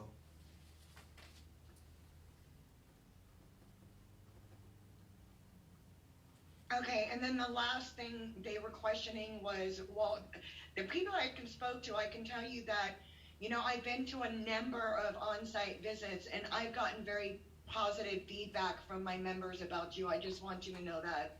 Wow. I have not heard anything negative. And if that was the case, I would totally be honest and say that. So I just want you to know what I get is very positive. But the other thing, the last thing is about essential pay. So where are we with that? Right. That's right. Yeah. So the essential pay, we're still collecting petitions to the end of the month. We're over 17,000. My target goal was 21,000. I'd love to have 50, but I guess I'm asking for too much. And once we have all those petitions collected by the end of the month, we're going to walk them over in January. Now, a lot of people have strong opinions about the money should have been received a long time ago. I realize that. Some people say that people who work from home should not get the essential worker premium pay. We are not going to be divided, even though I've gotten interesting emails. We're going to fight for everyone equally. I believe in equality for some reason or another. I don't know why. So we're going to keep collecting these petitions. We're going to gather them up, and we're going to walk them over in January. That's a promise. It will be done. And we can thank one of the callers in the queue, Yolanda Williams, for inspiring me to do like she asked me to do in August, and then it got done it got started in November. We're going to get this done. Yeah, and Richard, one last thing, just comment. I know you were talking about a little while ago about PLPs. I can tell you I also had a number of people that were pretty upset that they were not getting their PLP back. They're not getting their PLP back. What do you mean? That they're not getting paid back for the PLP time. Oh. So let's address that really quickly. We should have never, ever gave up our money, but it's gone. People say, Richard, get the money back. You can't force the state to give you the money back. We gave up the money voluntarily. If you say that this current governor is so union friendly and he's so supportive of us, then we would have to ask him to give back what he took from us when he didn't have to. That's the sad situation. So even when we're doing these petitions, he is the sole decider. So Yeah, that's too bad. I'm sorry, I don't mean to interrupt you, but that's too bad. That wasn't part of what they negotiated. If they were going to negotiate it away, that they didn't put in there to negotiate that it would be back if they had a surplus, that we would get that money back. you know what? You're right. You're right. And I would just say this. If I have a signed contract with you for a period of time for X amount of money, I'm not giving up not one dime. I don't care. I don't care what they tell me. Because if the shoe was on the other foot, do you think the state's going to come and help you? They're not. And they never will. And that's what happens when you elect people who don't put you first, who don't care about enforcing a contract, but yet they tell you that politics matters, and they tell you that we should be involved in the social justice movement, but yet when it comes to the financial justice movement, you can't find them. Okay, I'll stay positive. All right, well, thank you for calling. Thank you very much. All right, and I'll work on what you said about getting you and Kim getting the agenda, and then about making sure I ask for the impact statements in that email, along with the links for the board of directors meeting next week. Okay, I got it. Perfect, thank you. Okay, thank you very much. All right, next caller, Angela. Good evening. Hi, Richard. How Hi. are you? I'm doing great. How are you? I'm doing well. Thank you for taking my call. I just want to address really quick to Kim regarding 794, her president. Okay. I don't know if in the policy file it states if at first and foremost, regardless of the position that you're elected to, you are a job steward first. First and foremost, that is it. Doesn't matter if you're president, you still are a representative of the union, so you're a job steward. She has a duty, Francine, the president, she has a duty to do that. And if you're not satisfied with what she's doing, you can file an HR one, or you can do a recall on her. Either one, because she's elected. Now, correct me if I'm wrong on that, Richard, but if she's not doing the duties of the job steward of representing and giving information and being forthcoming with that information, those things can happen because she's not doing her job steward duties. So I just wanted to throw that out. I just want to say get them all out, but that's just me. Sorry, I'm just going to be blunt about it. But I do have a question. Okay. So if the same bunk is elected that did our contract the last time, and this is my question, how can we remove them since you said that the presidents did, I can't remember exactly how you said, but you said that they bargained in good faith. That doesn't mean that the bunk individuals did. Because they could have gone back and said, no, this is what because I've always been very vocal about, especially because I'm in bargaining at one. And I'm not a case records analyst, but I can't tell you how many times I have seen them get passed up.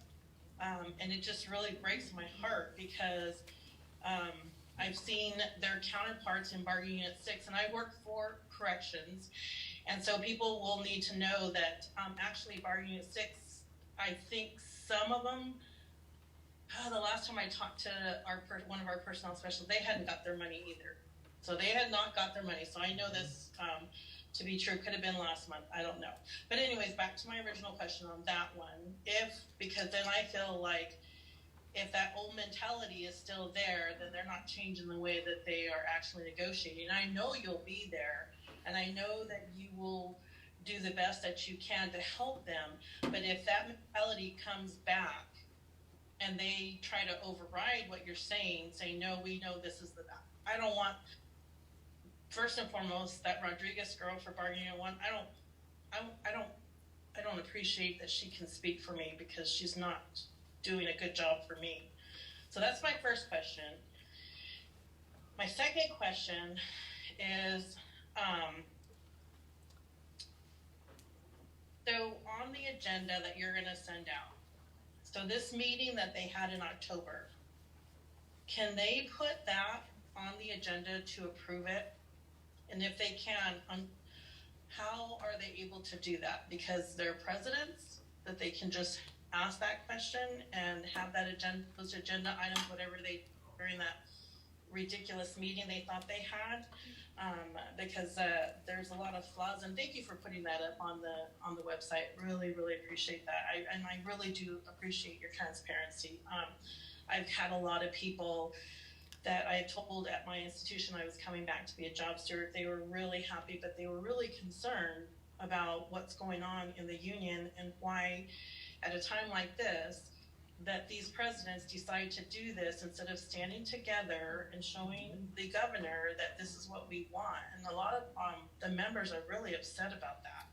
And it's not just my institution, it's other institutions. When I've sent out emails to people, I didn't know I'm coming back, and they're like, what's going on?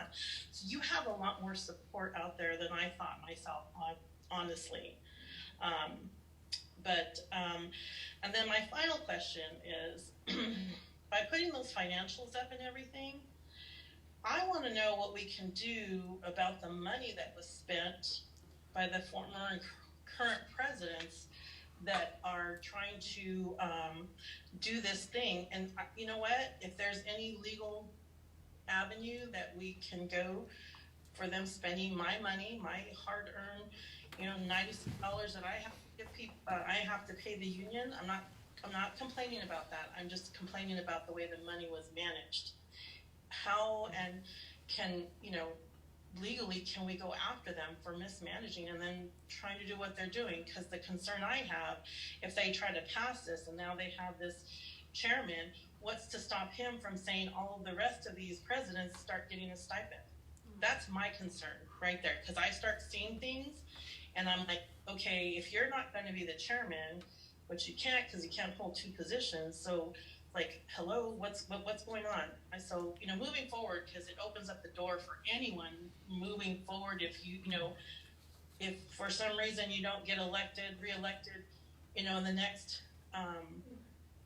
which I know you will, but if you don't get reelected, let's just, worst case scenario, they can start looking at that and saying, oh, well, the presidents now need to get stipends, not just the, elected. Now we have to have the presidents because, this, that, or whatever. So I know I have a lot of moving parts. But for those people that are out there struggling with trying to get information, and I want to go back to this, from your presidents, hold them accountable. If you're on the line right now, if you're on Facebook or whatever and you're listening to this, if you're not getting that satisfaction, then I'm going to hold you accountable for finding out that information, because it's your money. So if you're not going to complain, if you want to just complain about it and do nothing about it, then you're just as guilty as they are, because you have access to everything that I have access to that I've been getting online. And Richard, I sent you stuff because I'm like, hey, I want to know this, but I want to put it out there because I want people to understand what these individuals are trying to do and what they're trying to take away versus what you're doing, and you're educating it and you're giving us all of this information. So conscientiously, I have to ask myself, what should I be doing as a member? What's my role in all of this information now that it's been given? Yeah, I'm going to do something about it. I'm going to try my darnest to figure out what I can and can't do within the, confinements, I guess, of what the policy file states as a member and now as a job steward, because I feel like as a union member, we have a responsibility as well. We voted you in. If we didn't want you in there, then we would vote you out. But there's a lot of people that want you there, and then there are these Yvonne, and I'm just going to say it, Yvonne Walker mentality. It's like, you have kind of like in Department of Corrections, we have this old style of mentality, and that's what's giving us all the lawsuits. Well, you know what? We need to wipe out all of that, which thankfully it is. We need to do the same thing with our union. We need to wipe out that Yvonne mentality, and we need to start moving and focusing on what's important, and that's our future. A lot of people are upset and they don't want to come back, but it's like, look, then if you're not willing to listen to what's going on every week, if you're not willing to hear what I'm saying and you're not going to do your due diligence, don't complain. Then you're just as bad as they are because you're not willing to do anything. So I say, I know I got a lot of questions, and you don't have to answer them tonight because I know it's already kind of that time. But those are thoughts that just in this, while we were actually, as I was listening to, these were questions that were coming up, and I'm like thinking to myself, what can we do? What should we be doing? There's a lot of people that voted for you, and all of those individuals that voted for you, just if those individuals themselves spoke up and started doing it, we could weed out so many things, focus on what's important, essential pay, teleworking, the new contract with, where we benefit and we don't succumb to the governor. We don't succumb to Cal HR saying this is what the governor wants. I don't care what the governor wants. I am not racist, but when I know that the governor is giving money to illegal immigrants before they're giving it to my kids, I have a problem with that. And it's right there in line item, right there in his budget that shows that all of this money goes just for them. They're not here legally, and I don't want to get into that because it's not what my platform is all about, but it's educating others to say, look, you guys, this is what's going on. You have a responsibility. Anyways, I'm sorry. I could be a chatty Cathy. I apologize, but that's where I'm at. Okay, so a lot of people don't think that I can listen, so when I let people talk and don't interrupt them, they're kind of shocked and they continue. So here, I'm going to try to run through these really quickly. Number one, the HR one, in our policy file, if you feel that someone is, quote, out of pocket, they're not behaving professionally, and they're disgracing Local 1000, you can file the HR one.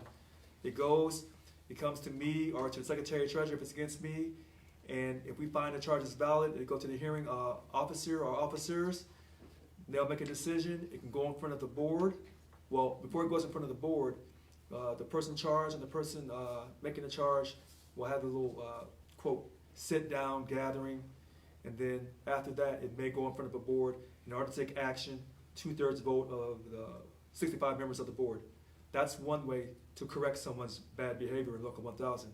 Second thing, DLC officers, the entire E-board, and the bunk chairs, you can recall them. If you try to recall a DLC president, it's the 20% of the membership of that particular DLC. For a bargaining chair, it's that entire bargaining unit's membership total. Now, I say that to you to be honest and transparent. As a Local 1000 president, I don't want to see no one get recalled, including myself.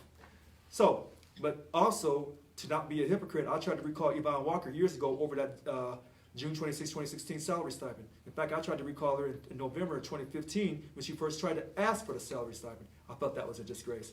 I'm just telling you this openly now before someone else tells you later down the road. Now, those credit card charges.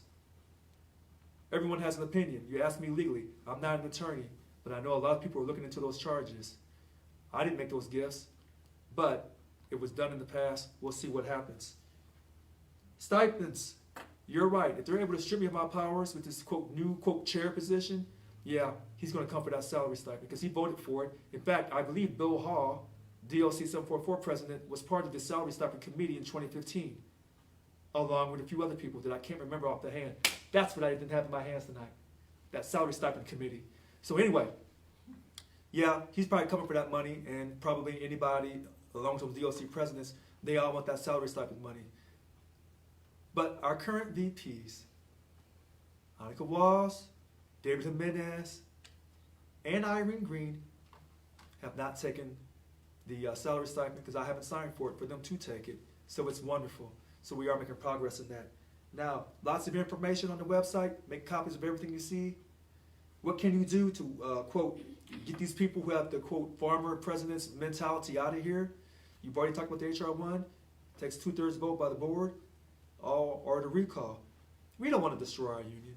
We want to work together in our union.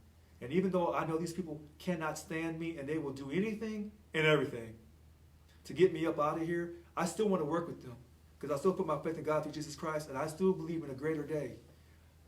But as we know in the New Testament about turning the other cheek, but before we got to that New Testament where we could all sing love and peace, that Old Testament, they were going to war and knocking people's heads off. Is this a time for war in our union, or is this a time for love and peace? Stay tuned, because we don't know.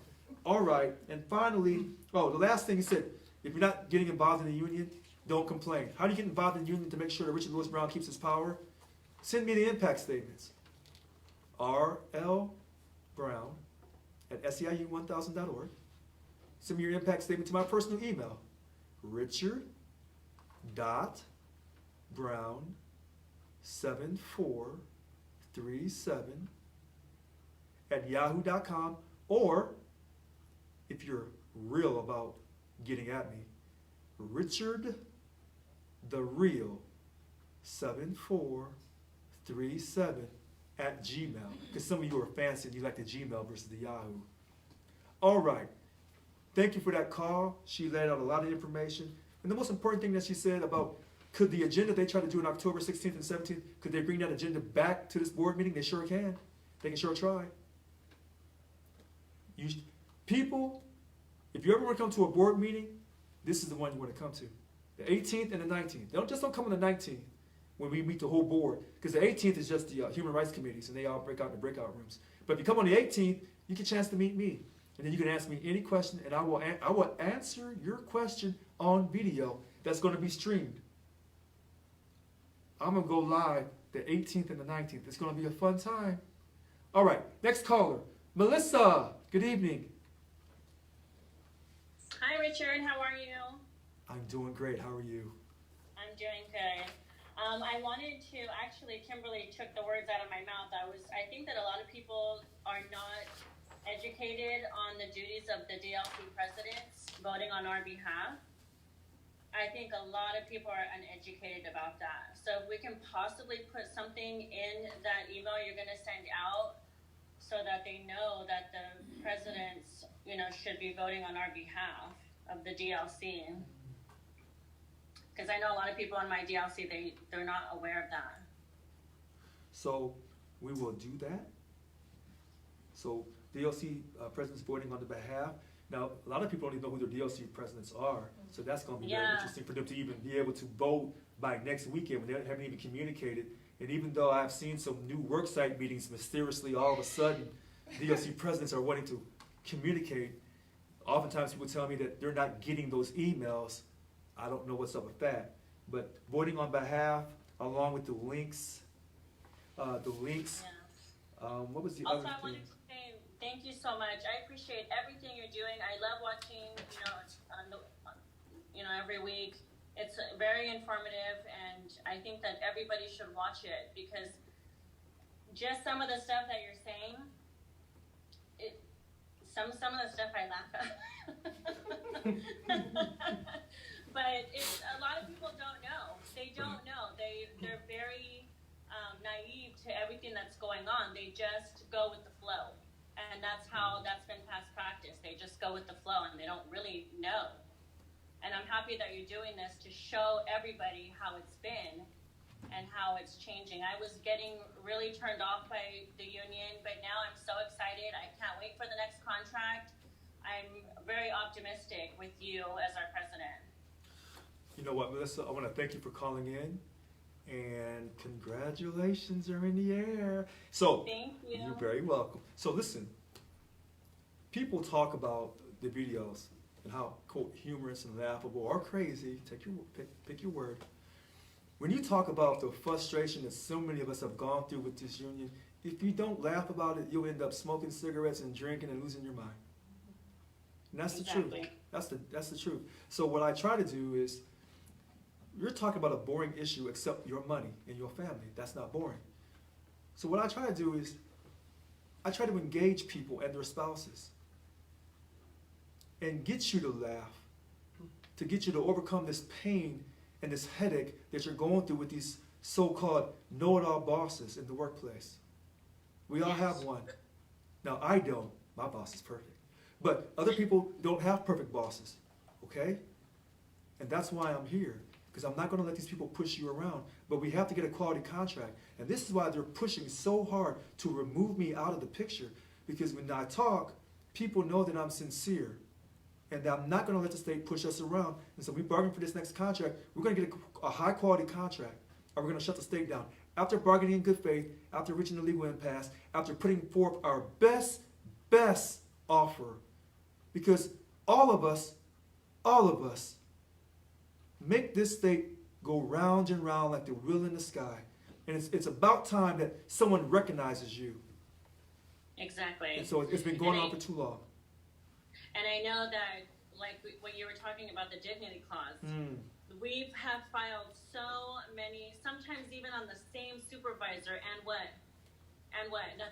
Nothing happens. And so it's like a joke. It's a joke. And you know what some people have said? I see Dr. Nelson. Some people have said, Richard, why don't you put on the website a bad boss list for different agencies? I've been asked that several times. Put it on the website and expose these bad bosses. Get on Facebook. Expose these frauds for who they are. Now, I would love that. Well, I know that's not really so professional, but I've been asked to put it on the website. The bad boss list. Put their name, their agency, and their conduct. And let's see how many people complain about that same boss or bosses or that agency. Let's start running a count. Now, I know in our compass system, we have all that information. But I think sometimes we can display things in a different fashion that's more simple, and we can count it. And so that when we go into contract negotiations, you can say, hey, we have all these instances of these so-called leaders in the state of California called management, and this is their behavior. And this is why you have to pay us that 21% pay increase, because you've been denying us our dignity for how long? Since the time you served the state of California. But I'm glad you called. Thank you. All right, I'll talk to you soon. Okay. Okay, bye-bye. All right, Yolanda Williams.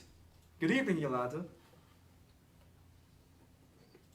Well, I guess I'm the last one, huh? No. Oh, we got some callers coming behind you. You're gonna love those. Okay. Stay Well, that's tuned. Good. Okay. This way, hopefully, I don't get cut off. Okay. Because I got something to say right now.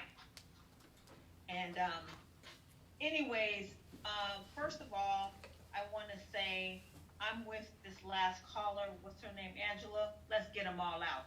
I'm right with your sister.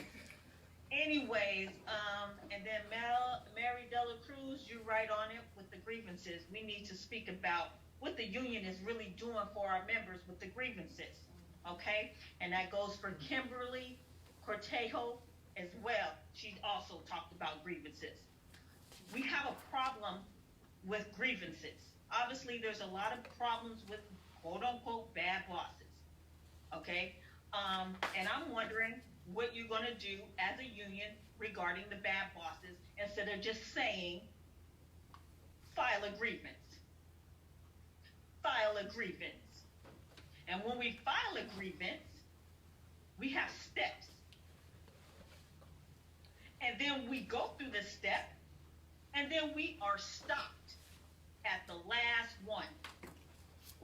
The fourth one, which is arbitration. And yes, I'm going to speak on it. Because in my situation, people who are listening, if you want to know, my number is 562-787-9142. If you want to know what I'm talking about, I'll tell you the real. Okay, this is it. An arbitration, this is step number 4. We pay our money. And we should be able to go to arbitration. It should not stop in regards to the union arbitration team who thinks it's not winnable. who says to the members, well, we don't believe, or it appears, as the language says, it appears that it won't win. But that's what you think. That's not what it actually is. Or let someone else who doesn't see anything about this case and let them decide. Don't stop my grievance because you think or it appears that you don't think you're a winner. That is deceiving us and not letting the members get their full duty of their money. Point blank, period. And you guys say all this about, well, this is all about, we have to look into it and this and that. I had an appeal on December 2nd at 6:30. And I'm going to tell you, it was a listening party, all you members out there. It was a listening party. Okay, Mr. Brown, I appreciate you letting me speak. But yeah, I have to say what I got to say, because what does this say? Local 1000 listens to you, so please listen. Members, it was a listening party. And everybody either was in their car, in the kitchen, in their bed. This is an appeal. This is regarding my day at work. Every day I go to work and what I'm going through and how I have a boss who is making me do, I don't want to go into it, all this other stuff, but yet and still the union is going to stop my grievance from arbitration. It went up all the way to step 3. And you hit at 4 and tell me, no, it's not winnable. And check this out even further. They put my grievance all the way to March 22nd. And then all of a sudden, they send me a letter, the union, and say, oh, we'll go ahead and give it to you on December 2nd. Think about that for a minute. 1 minute you way out there on March 22nd to hear it. No, Mr. Brown, Wait, and then all of a sudden, December 1st, then they want to hear it. And then in 2 days later, when they told you it's going to take 2 weeks to decide about your appeal, 2 days later, they deny it and say that's it. So now I have to stress out some more and take it another step. This is what my dues are paying for, that I got to take it another step, because the union that I pay my money to did not progress my grievance to arbitration. Also, if Betty Stewart is out there, I waited for a minute to see if Annika Walls would have given you my number, because I did let her know in the Stewart call yesterday. And I texted her as we were talking, and I said, yeah, you can give her my number as well, because Betty, I know you felt me, and I'm very hurt. And this is real. It's deep. And I appreciate your concern as somebody I don't even know, but I appreciate your concern, Ms. Stewart. So if you can give me a call, I would appreciate it. Since Annika Walls did not give you my number, 562-787-9142.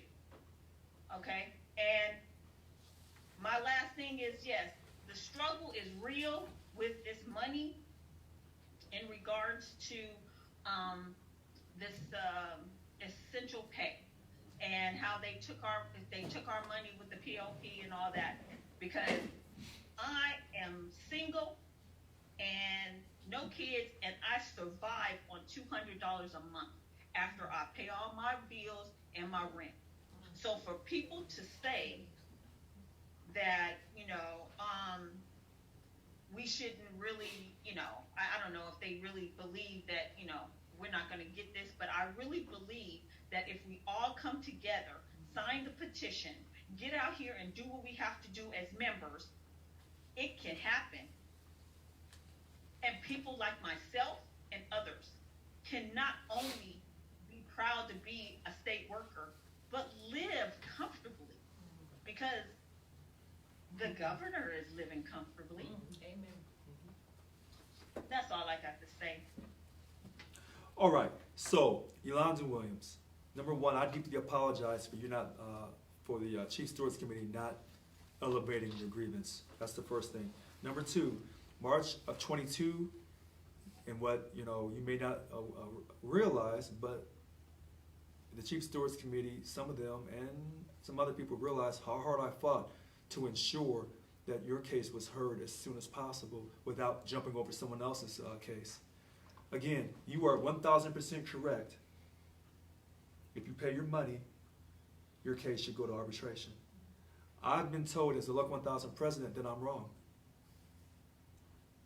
I've been told that some cases are not winnable and it would set a bad precedent. But again, when you said it appears, quote, I don't think so, that's not the type of stuff a person wants to hear when they're paying you their money. You are, again, 1,000% correct.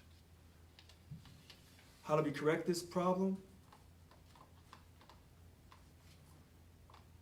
I would like, Mr. Brown, I would like, because somebody said in the steward meeting, how will the members know what the criteria is to determine that a grievance is denied at the final stage?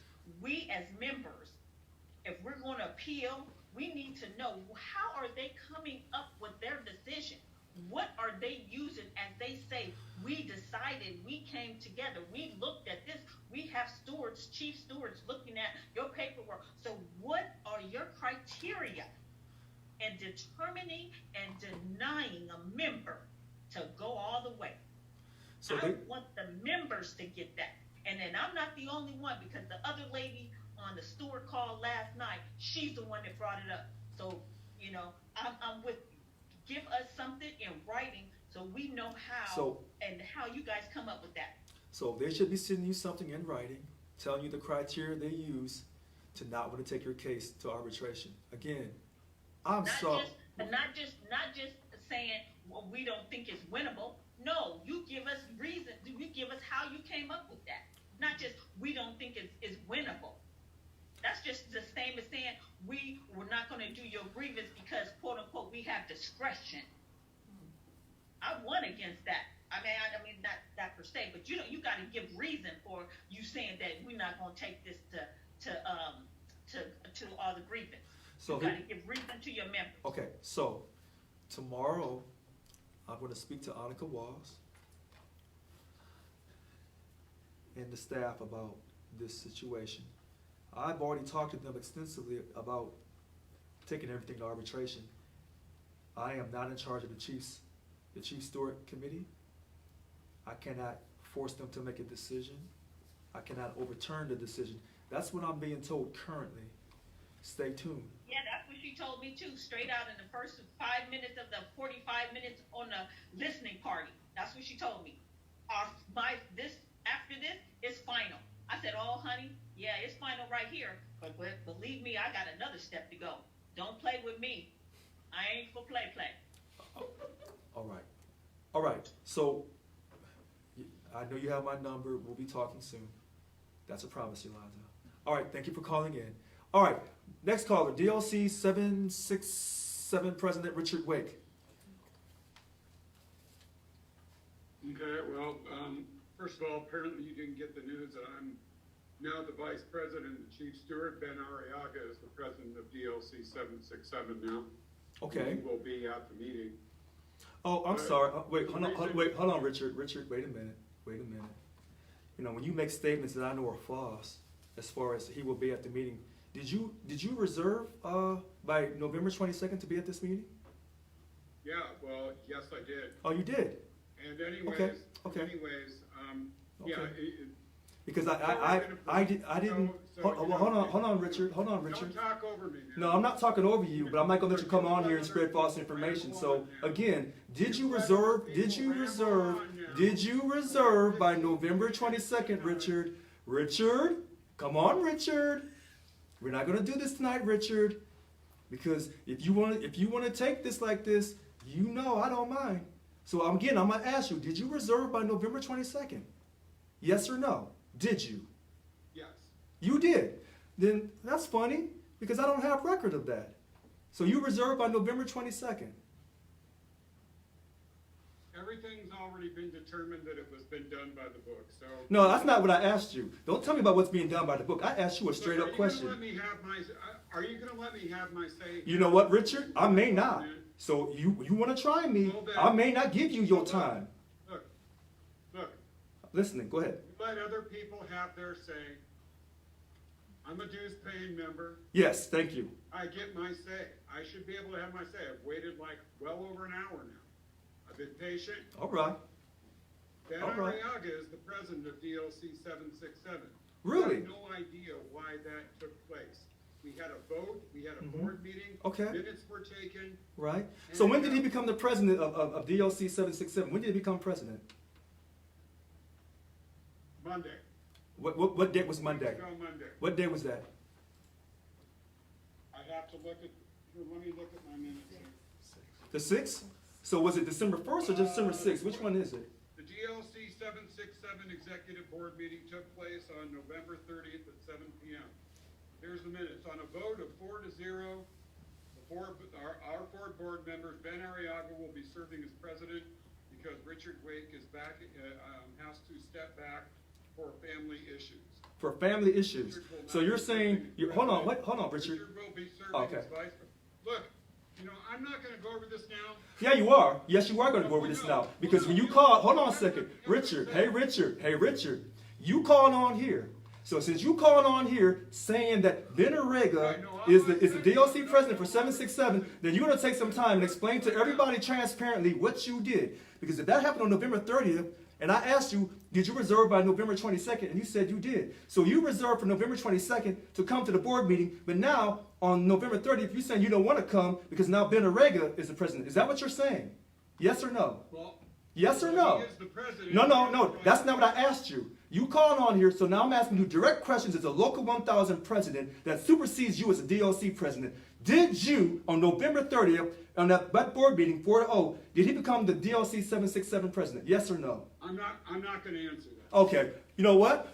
Then you don't have to because this is a free country, and I'm not going to mandate you to answer questions you don't want to ask because I'm not going to mandate you to wear a mask. Oh, wait, inside the building, but I'm not going to mandate you to be vaccinated if you don't want to be vaccinated. Next question, sir. Are you going to let me have my say? Well, I don't know. Am I? You called on here. You listen. Don't try to. Hold on, Richard. You call. Hold on, Richard. You call on here. No. This is what you wanted. Richard. This is what you wanted. So this is what you're going to get. You are one of these people who are trying to run me out of office. So when all the people call on her saying, "Why are the presidents so mean to you? Why are they trying to run you out of office?" Well, here's one right here. DOC President 767 Richard Wake. That's who you are. You're trying to run me out of office. You went to the insurrectionist meeting. Did you go in person, Richard? Or did you have Ben Arriaga go in person for you at the insurrectionist meeting since you want to talk so much? Keep talking, Richard. You better hang up the phone and move on, or I'm going to hang up on you and move on to somebody else. You don't want this action from me tonight, Richard. No, you don't, Richard. You're a chicken and a coward. Oh, so I'm a chicken and a coward. So now you're calling the local 1000 president in front of the whole world a chicken and a coward. Here's my address, 3225 43rd Street. If you want to come down and talk to me in person and tell me to my face that I'm a chicken and a coward because you can't even come to the board meeting in person because you're possibly, I think, maybe it appears that you're the chicken and a coward. I don't know, Richard. So if you want to be so strong and call me a chicken and a coward, then do me a favor, take your presidency back if you really want it. Come down, be a man or a woman or anything you choose to be, and meet me in person at this board meeting on December 18th and 19th. But you don't want this action from me because you know the truth of God is not in you. That's who you are, Richard. Yeah, whatever. No, you ain't gonna do anything except run your mouth on Facebook talking about somebody's a chicken and a coward. You ain't gonna do a doggone thing. Here I am at 1808 14th Street. I come to work every day. I don't telework, but I bet you do because I put the people first. Represented employees. I don't telework. I come to work, COVID or no COVID. That's the military in me, but you wouldn't know that. Have a nice day. Next caller. Thank you. Bye. All right. Oh, we got another one. Michael Gus. Come on, Michael. Come on, Michael. President, how are you? Okay, you let the people who say you're the greatest thing since sliced bread talk for 10 minutes. You know I don't agree with you, but in the spirit of democracy, please let me take the time I need. It won't be a full 10 minutes. Number one, essential worker premium pay. I went and read the federal rule that the Department of Treasury put out. They pay $13 an hour to people who meet their definition of essential worker, up to a cap of $25,000. This is their definition of essential worker. One, essential worker means, and hang on, let me read it. Take your time. One, essential work means one is not performed while teleworking from a residence. Two, involves regular in-person interaction with patients, the public, or coworkers of the individual who is performing work. Three, regular physical handling of items that were handled by or are to be handled by patients, the public, or coworkers of the individual that is performing the work. So I'm full-time assigned to an office. I qualify. Anybody who's full-time assigned to an office qualifies. And you talked a lot about the PLP. And you talked a lot about the OPEB. I agree with you on that. But your petition and what you're doing doesn't matter what the governor wants to do or what you want to do. The Secretary of the Treasury, Janet Yellen, made that decision.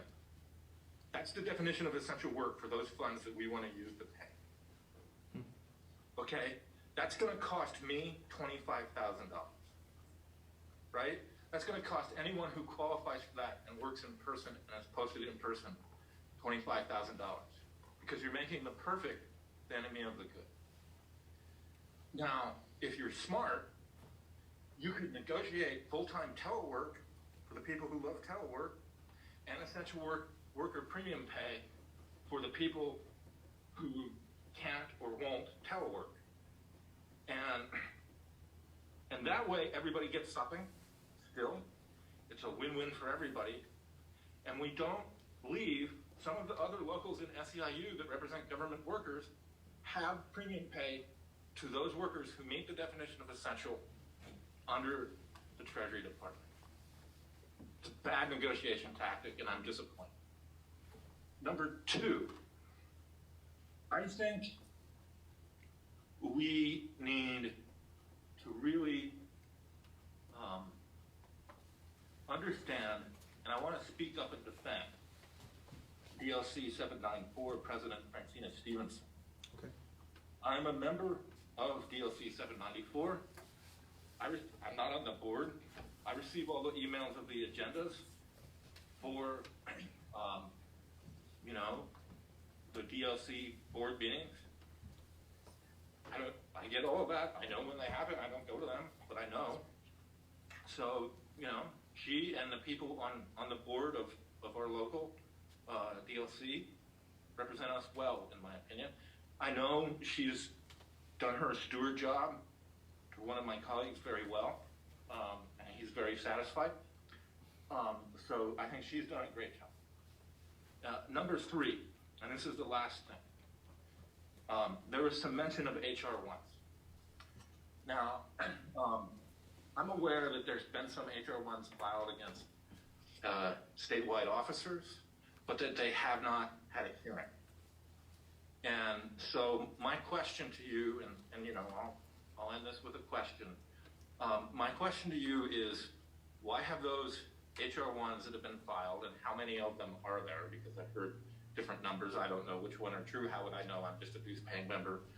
But I know that at least some have been filed. How many are there, and why haven't there been a hearing on any of them? Because I understand there hasn't been a hearing on any of them. And if you're saying, yeah, we really need to hold the DLC presidents accountable with HR1 processes and have hearings about them, but then there's complaints filed against HR1 complaints filed against statewide officers, and the hearings aren't happening, boy, that doesn't seem like it's treating people equally to me. And, you know, I think unions really need to be about treating people equally. So appreciate your time. Thank you. Have a good day. Hey, Michael? Michael? Is he still there? So, I wish he hadn't hung up.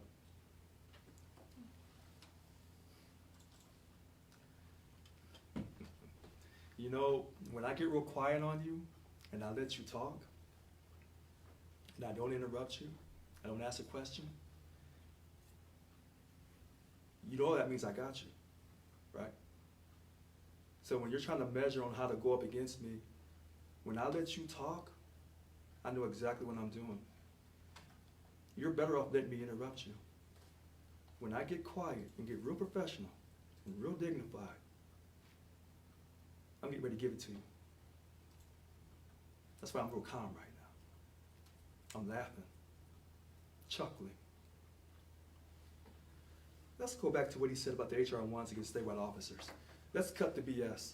He's talking about the HR1s filed against me. I don't know how many. I don't have that number memorized. You think I would? I think there were some HR1s filed against me. And when they're filed against the Local 1000 president, it goes to the vice president, secretary, treasurer. He or she will make a determination if those charges hold any merit. I'm still sitting here. He didn't get to the hearing officers. They didn't have to make a determination. And therefore, it never had a hearing, and therefore, after that hearing, it never made it to the board. So he talked about, I said about HR1s. Now, this is how people are. You don't ever hear me talk about recalls or HR1s. Someone called asking information. I believe that was Angela. And I ran it down real quick and easy. And I said, we don't want to do that. But that's not what he wanted to hear. See, he hears things the way he needs to hear it. He sees things the way he needs to see it. But all you got to do is review this video. I just gave the information. I don't want to see no one HR1. And I told you, if you start doing HR1s, I'm the #1 suspect. You do a recall, I'm the #1 suspect. Because I'm not going to point the finger, because I know that finger is going to point right back at me. But he's real subtle. But this time he didn't come and really attack me. He was real cool with it. You know why he was real cool and real calm? Because he saw how I just dismissed DLC 76 President Richard Wake. And you see how I handled him. So Michael was real cool. Nice strategy, Michael. Nice strategy. But you're not good enough. So then you defend DLC President 794 Francina Stevenson, who wants to strip me of my powers, who went to the insurrectionist meeting. But you, in this free country, have the ability to defend who you want to defend. I respect that, Michael. I respect you. Other people have other opinions about her. That's what makes America so good. You can walk around with the biggest opinion on earth. But let's get to something else he said about the essential worker premium pay petition. See, hello, remember when we did that? Yeah, he ain't looking up. Remember when we did that essential worker premium pay? Yeah, remember I told you something, I threw a fit? I was like, oh, wow. He's like, wow, you got wild out about it. I said, no, I know what I'm talking about. So let's read that petition, since Michael wants to be smart, because he talked about the federal rules, and he's right. Even though him and I agree on the OPEB. Now that's a shocker. But thank you, Michael Gus. But let's go to that essential worker premium pay petition for a minute. Here, I'm going to put this up on the website, because we have a transparent website. It's very beautiful. It's very nice. Very nicer than mine. So here it is. See, when you talk about, in our policy file, it talks about petitions. When you petition somebody. Like, when you would have a special board meeting. When they tried to recall this current governor, they did a petition, and it clearly says petition on it. That's what a petition is. It clearly says petition. You don't have to guess. And on the petition, they give you the information. So here is ours. Sign the essential worker premium pay petition. Now listen to this. Essential worker premium pay petition. Petition summary and background. Represented employees of Local 1000. We didn't try to discriminate. dues paying members versus non-members. We didn't say, well, you know, the CCRAs, they need it more than everybody else. Maybe. But we treat everybody with love and respect. So we say represented employees of Local 1000 and state workers, because we're not selfish. We're the largest public sector leading union in the state, so we lead by example. Maybe not always, but most of the time. Okay. Represented employees of Local 1000 and state workers who are seeking essential worker premium pay from Governor Newsom for working during the emergency order in California amid the pandemic. Action petition for. On the petition, you said what you're trying to do. Action petition for. We, the undersigned represented employees of Local 1000 and allied state workers, because we're all in this together, formally, with respect, formally ask Governor Newsom to act now, not down the road, but act now to provide essential worker premium pay from the, wait for it, $76 billion in state surplus funds. $76 billion in state surplus funds. Where do you see federal in that? So maybe, if you read, you would understand that. And I'm not trying to knock Michael Gus, because he came with sincerity in his heart, and I respect that. But Michael, don't you think I'm not sitting back waiting for people like you? Or do you think I just walked up in here just because? Remember, I've told you, I won an election with not one vote from that board. God had to be with me. Because all the smart people, you have your strategy, you have your political alliances. How could I win? Anyway, that's that. That's his answer. He thought he had me, but he doesn't. Next caller, Dr. Eric Nelson. Good evening, Dr. Eric. Good evening, sir. Thanks for giving me a minute. You're very welcome. Now, I guess DLC 794 is to get more attention. About a week or 10, well, about a couple months ago, after becoming a steward, I requested to be made Unit 21 deeper, because the position's been open for a long time. And initially, it looked like I was going to get appointed for that. But then I began to be known as someone who really supports the workers first. And so then wasn't appointed. But I was given a chance about a week or 10 days ago to meet with the board of DLC 794. Now, there's 8 positions on the board, but there's only 3 board members. There's the president, the chief steward, and also Irene's husband, Vincent. And that's it. Now, there were some other people there. There was someone who's not a board member, and there's also 2 representatives from the MRC. And so I was essentially asked, why should I get to give you here, and I gave my reasoning. And then one of the individuals asked me, where's my loyalty at? And I said, well, my first loyalty is to the workers, and that will be at the head of the DLC. And after that, then I will also give some loyalty to the DLC. And I was told flat out, I'm not going to say who, but I was told flat out, we're looking for the first loyalty to be to the DLC. So, needless to say, if you don't want anything gamble, go ahead and bet on the fact that I haven't heard anything and wasn't appointed. Now, I'm in a small bargaining unit. I think I might even be the only steward in bargaining unit 21. I'm not sure, because I haven't been introduced to the DLC. I've asked for a roster, but one wasn't provided. So I'm trying, but I really don't know anything about DLC, but I tried. And the reason I'm coming before you tonight is I just want to know if you have the authority to appoint me to be the dealer for my bargaining unit. And I don't mean you have to give me an answer now, but I did just want to ask you because time is short. And I feel that someone from my bargaining unit, especially the steward, is the best person to be there to represent our interests. So, Dr. Eric Nelson and DLC 794, you're in bargaining unit 21. I'm appalled that our DLC 794 president, Francina Stevenson, only has 3 of her 8 positions filled. I don't see why you should not be able, a man with a doctor's degree, highly professional, served the country, why you could not be a DBER. And so, by the policy file, I can't appoint you a DBER. However, the VP of Organizing and Representation, Annika Walls, I'm sure she would love to appoint you. In fact, I thought I sent her a message this morning about this matter. However, I'll do it again tomorrow morning. You should have been appointed today because the SBAC is this weekend, December 11th and 12th, from 10 to the time it stops. There's two different, the different bargaining units on different days on the 11th and 12th. I think 21, I think that's on the first day, on Saturday, but I can't remember.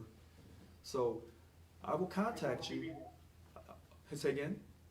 I will be there. Okay, so I will contact Annika again, because if you have asked and Francina Stevenson has not made good faith in ensuring that all of her DBERs are appointed, then that's a lack of representation. And we know that every DBER position for all 51 DLCs must be filled so that the members' voices are heard when they're voting to elect that bunk team. And so I guarantee you, you will be contacted tomorrow. Thank you, sir. One last thing, if I could, real quick. Oh, yes. Just Mr. Michael Gass, since he is able to get minutes for the board meeting for DLC 794, and since I, as a steward, can't get them, I wonder if I could just say my email address, and maybe when he gets the minutes and the agendas and all, maybe he could send them to me, because I would really like to know what's going on DLC. My email address is phd@fastmail.com. This is Paul Henry David, phd@fastmail.com. I would be grateful if Mr. Mike Goss could go forward and get stuff from my DLC. I'd be grateful. Thank you, sir. Thanks for coming. Oh, well, thank you very much, sir. All right, so next caller, DLC 752, President Christina Ebet, because I'm going to say her last name wrong. Christina, how are you got us almost right. It's Evitt, not Evit, but you were close. Evitt, thank you. You didn't put an R or an S or the extra letters in it. So, all right. And I'm 751. Did I say 752? Yeah, but that's okay. You're close too. We just talked about this yesterday. I'm so sorry. Go ahead. That's okay. Okay. One thing. Would you please, when we're discussing the board and getting all the presidents out, not all the presidents need to go. I don't know, people have their opinion on which presidents, but if we keep repeating on these calls, get all the presidents out. We have new presidents on here that have nothing to do with the past as far as anything that's irritated people. And when you get on here and say, get all the presidents, not you, let me rephrase that.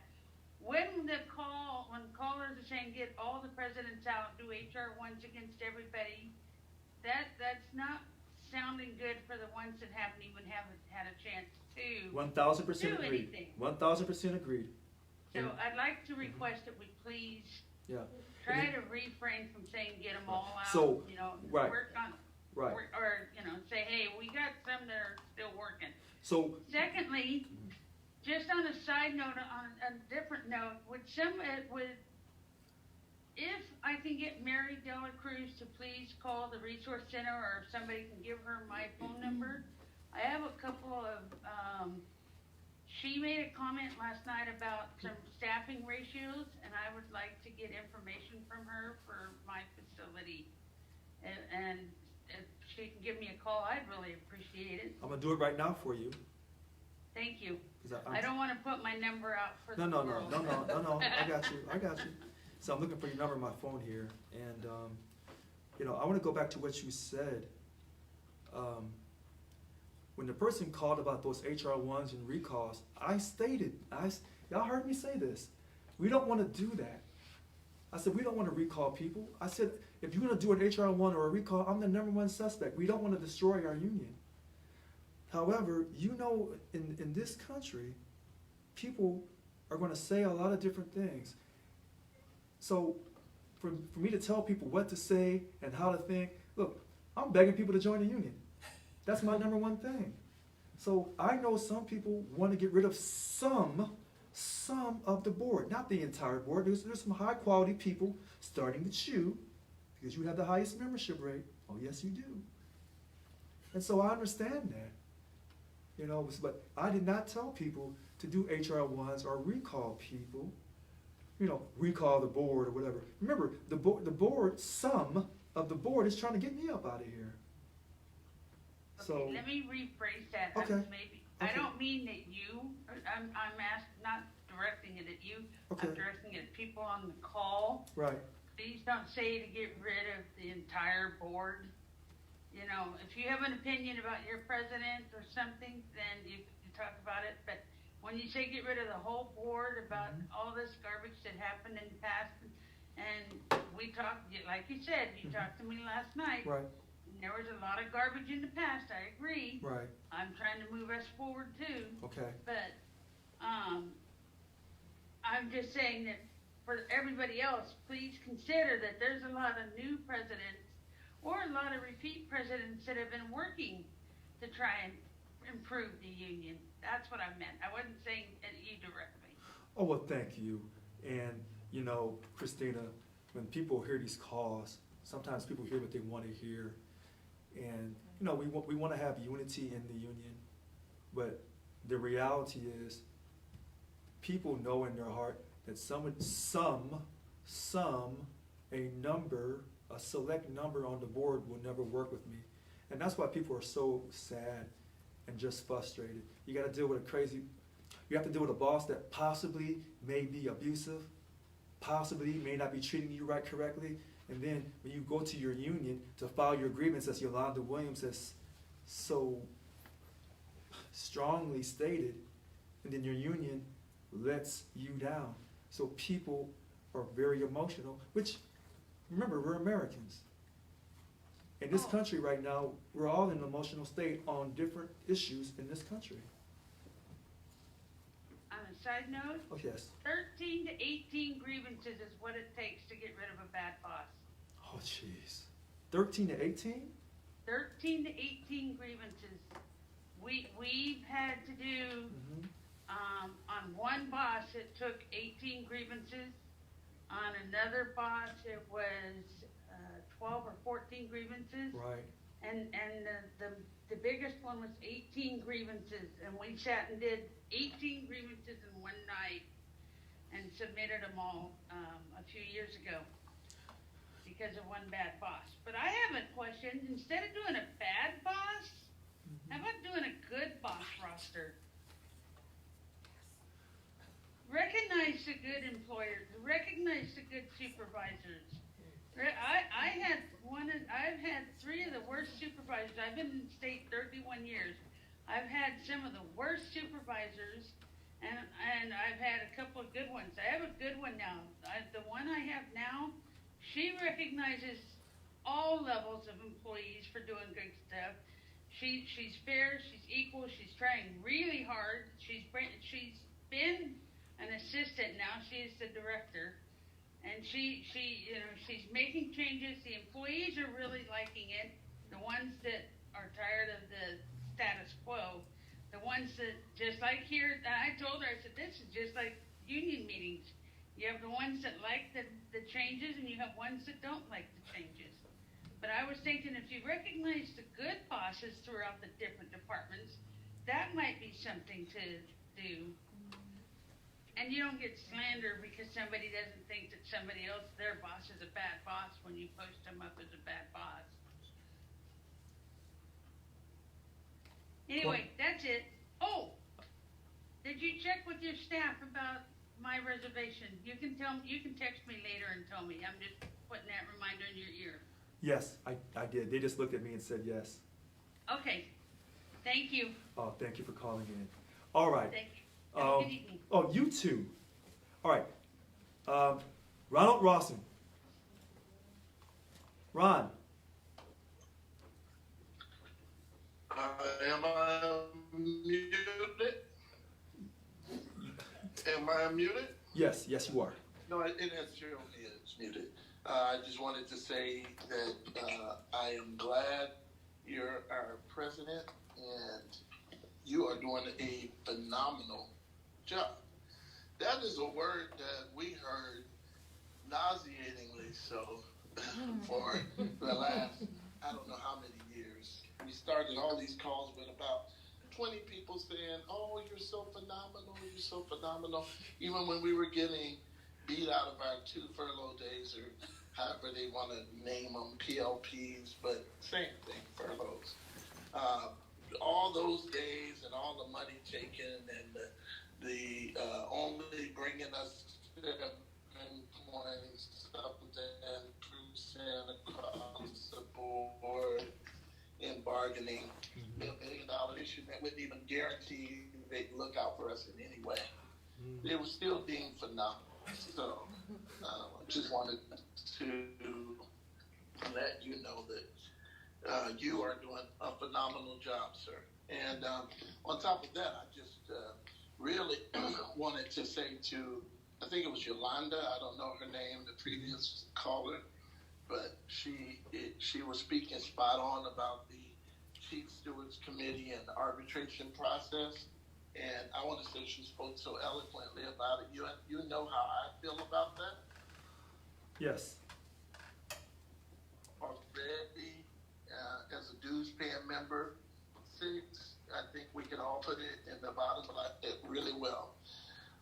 Because Article 6, it has no teeth in it for the union. I don't know who bargained that. You were showing the roster earlier of who signed what and how, and I'm glad you're really bringing to the members the transparency as to what the bunk and the board of directors has allowed, and the bargaining team rather has allowed to be negotiated on our behalf. Article 6 has no teeth in it for the union. You give your first level grievance to the department, and then the second level to the LRO or whomever, the third level Kelly HR, and you know you're going to be screwed by your own union constituents. And no merit here, so then your own union lets you down. So it's a road. Now I have people saying, never mind, when they say we can file a grievance, never mind. We already know how that's going to end up. There's nothing that guarantee our dues-paying members a zealous representation, and I'm glad she's shining light on that. I thought with Vice President Walls coming into office that we could look to revamp this Chief Stewards Committee, but I sat in front of them and it was a joke. And even after Kelly Char admitted to losing my grievance, the union didn't even hold them accountable to say, "Oh, you lost his grievance, give him his ask," But no, the union didn't hold them accountable at all. It's laughable. So I just want to say to Yolanda, if I'm saying her name wrong, I think that was her name. I'm not sure. That's correct. But she spoke eloquently about. Thank you for the transparency of the slides before the top of the meeting. I was there through all of that. I was there in 2016, put a tennis shoe on my desk when he told us we could walk. And we thought we were going to walk the next day and all of that stuff, and got a call from everybody to walk us off. And it was all hocus pocus. It was all just a farce. And I'm glad you're bringing real teeth back to this union, real ethics and real morals and real power back to the people.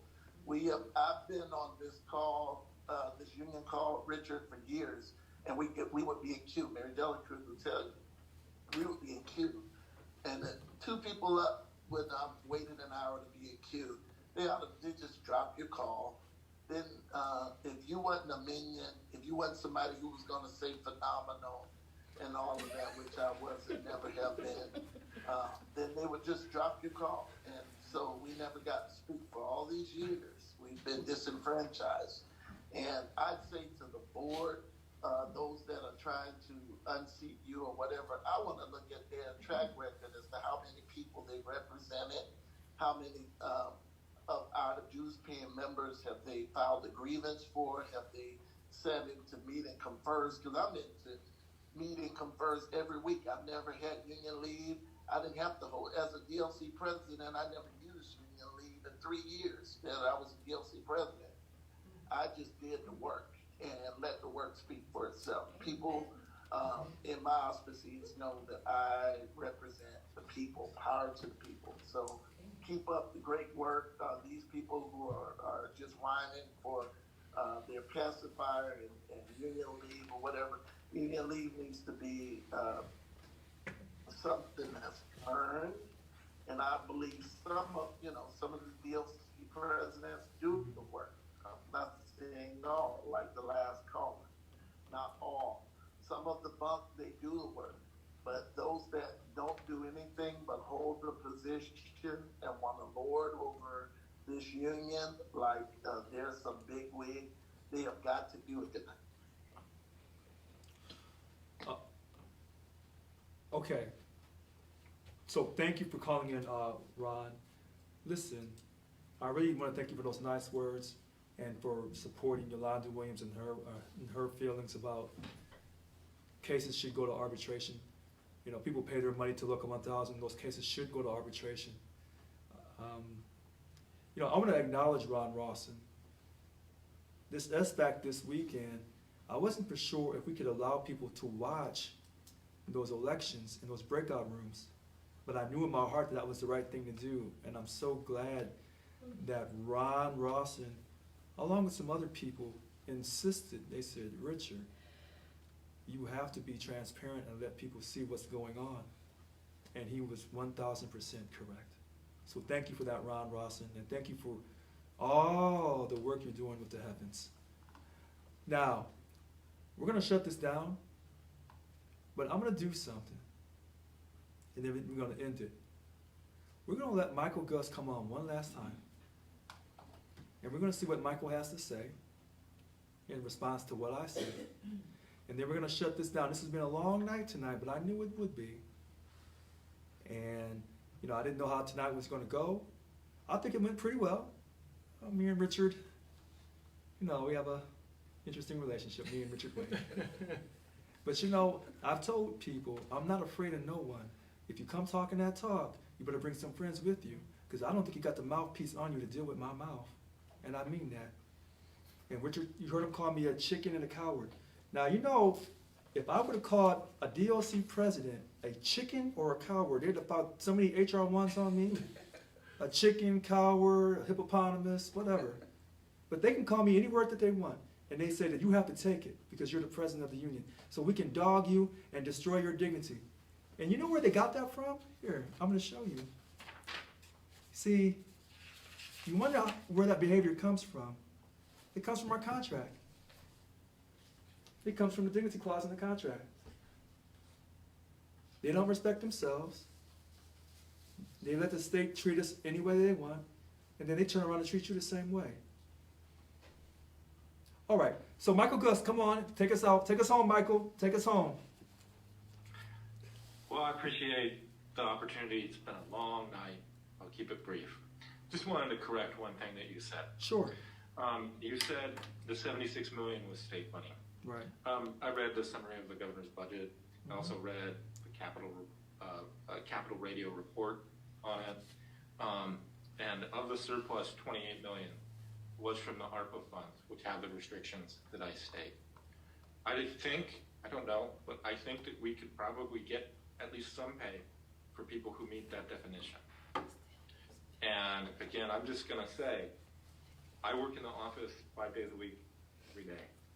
There are people on my floor who work in the office 5 days a week, every day, at least 4 of us. There's some departments, DMV, others, that have to work, you know, they do in-person work. We're all taking more risks than people who are teleworking. And the reason Congress and the Secretary of the Treasury,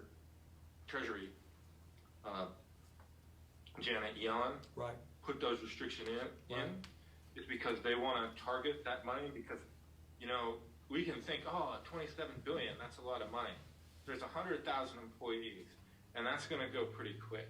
Yes. And so they want to make sure that the people who are taking the most risk are compensated for that. Right. And as someone who's taken more risk than someone who teleworks, right, I would really I think it'd be great.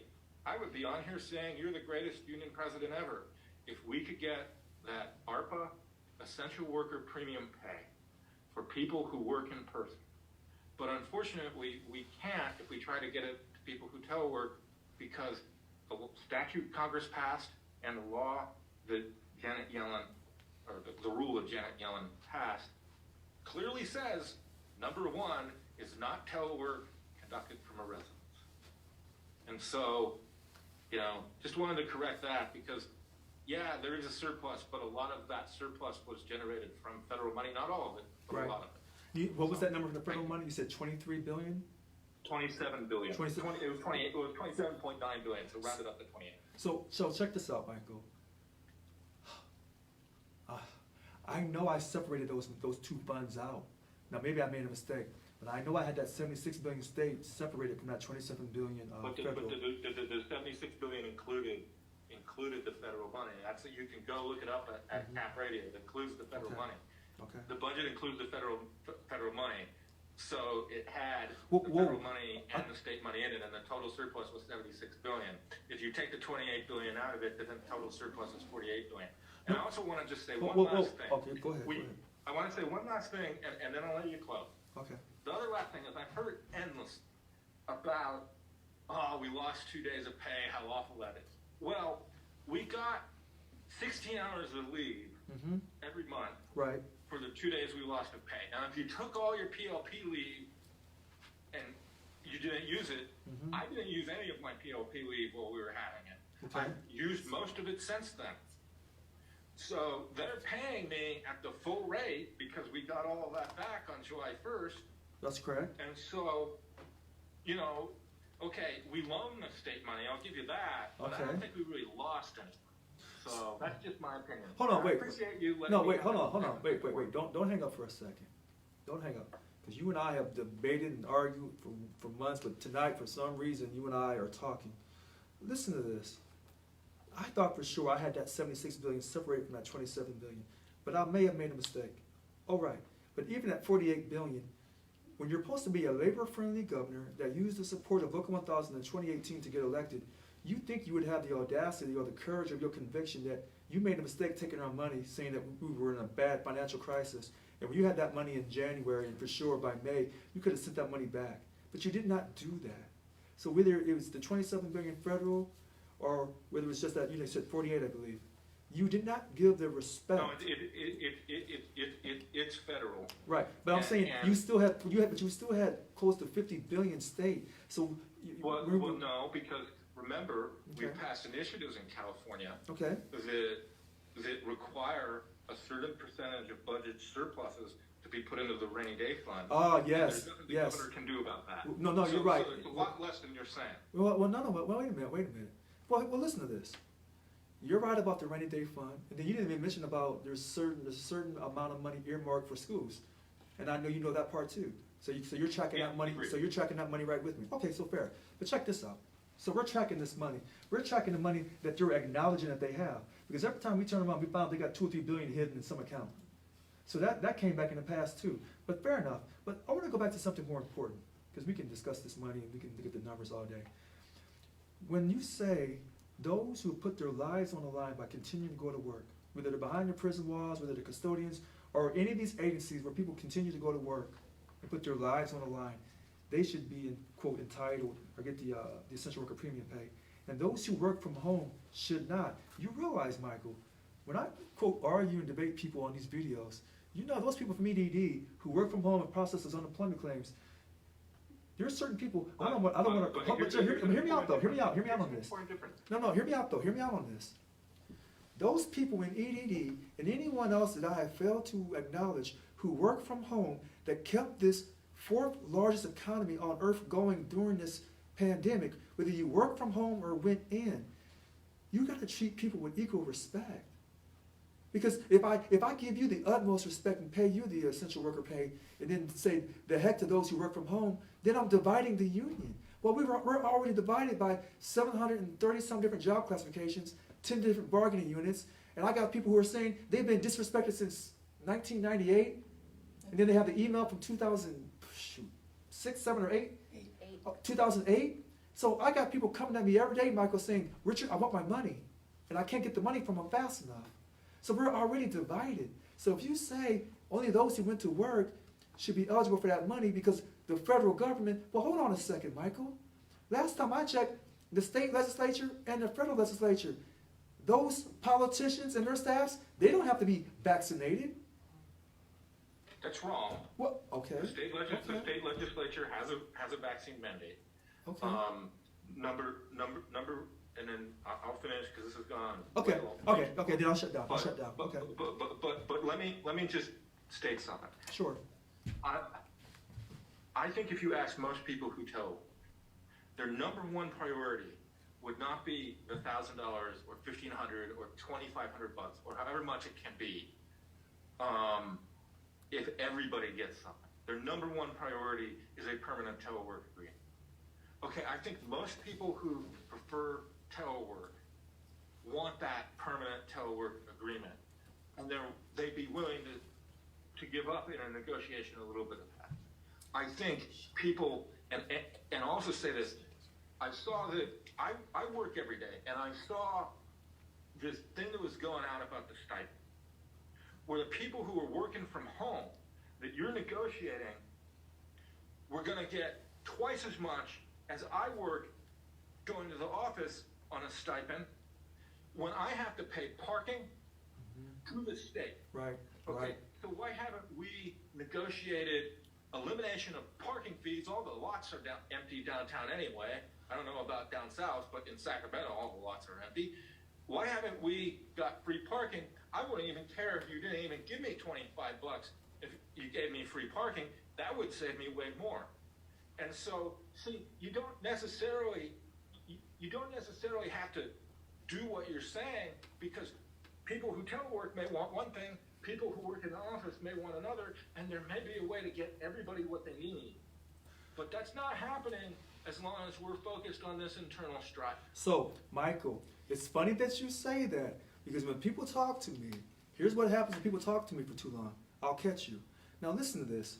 You said that for the essential worker premium pay, that if you went to work, you should get the money, but if you stayed from home, you shouldn't. But now you've turned around and said, for those who are able to work from home, they shouldn't get the same amount of money for those who go in. We're both talking about equality. And so what you've heard is not true. We're fighting to get everyone the same amount of money, whether you work from home or whether you go in, because we know that some people get discriminated against and some people get forced to go to work where other people get the option to work from home. Which is kind of interesting about the essential worker premium pay, because some people may have wanted to work or go to work and was told you can't come to work.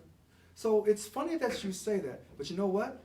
It's 9:22, and for some reason you and I tonight have had a very intellectual, calm, collective conversation, and that's something to build on. Love you. Hey everyone, I'm Richard Lewis Brown. Today was December 8th, 2021. It went long tonight, but you know what? When you have the passion to serve, it's not long. It's enjoyable. Have a great night. Bye-bye.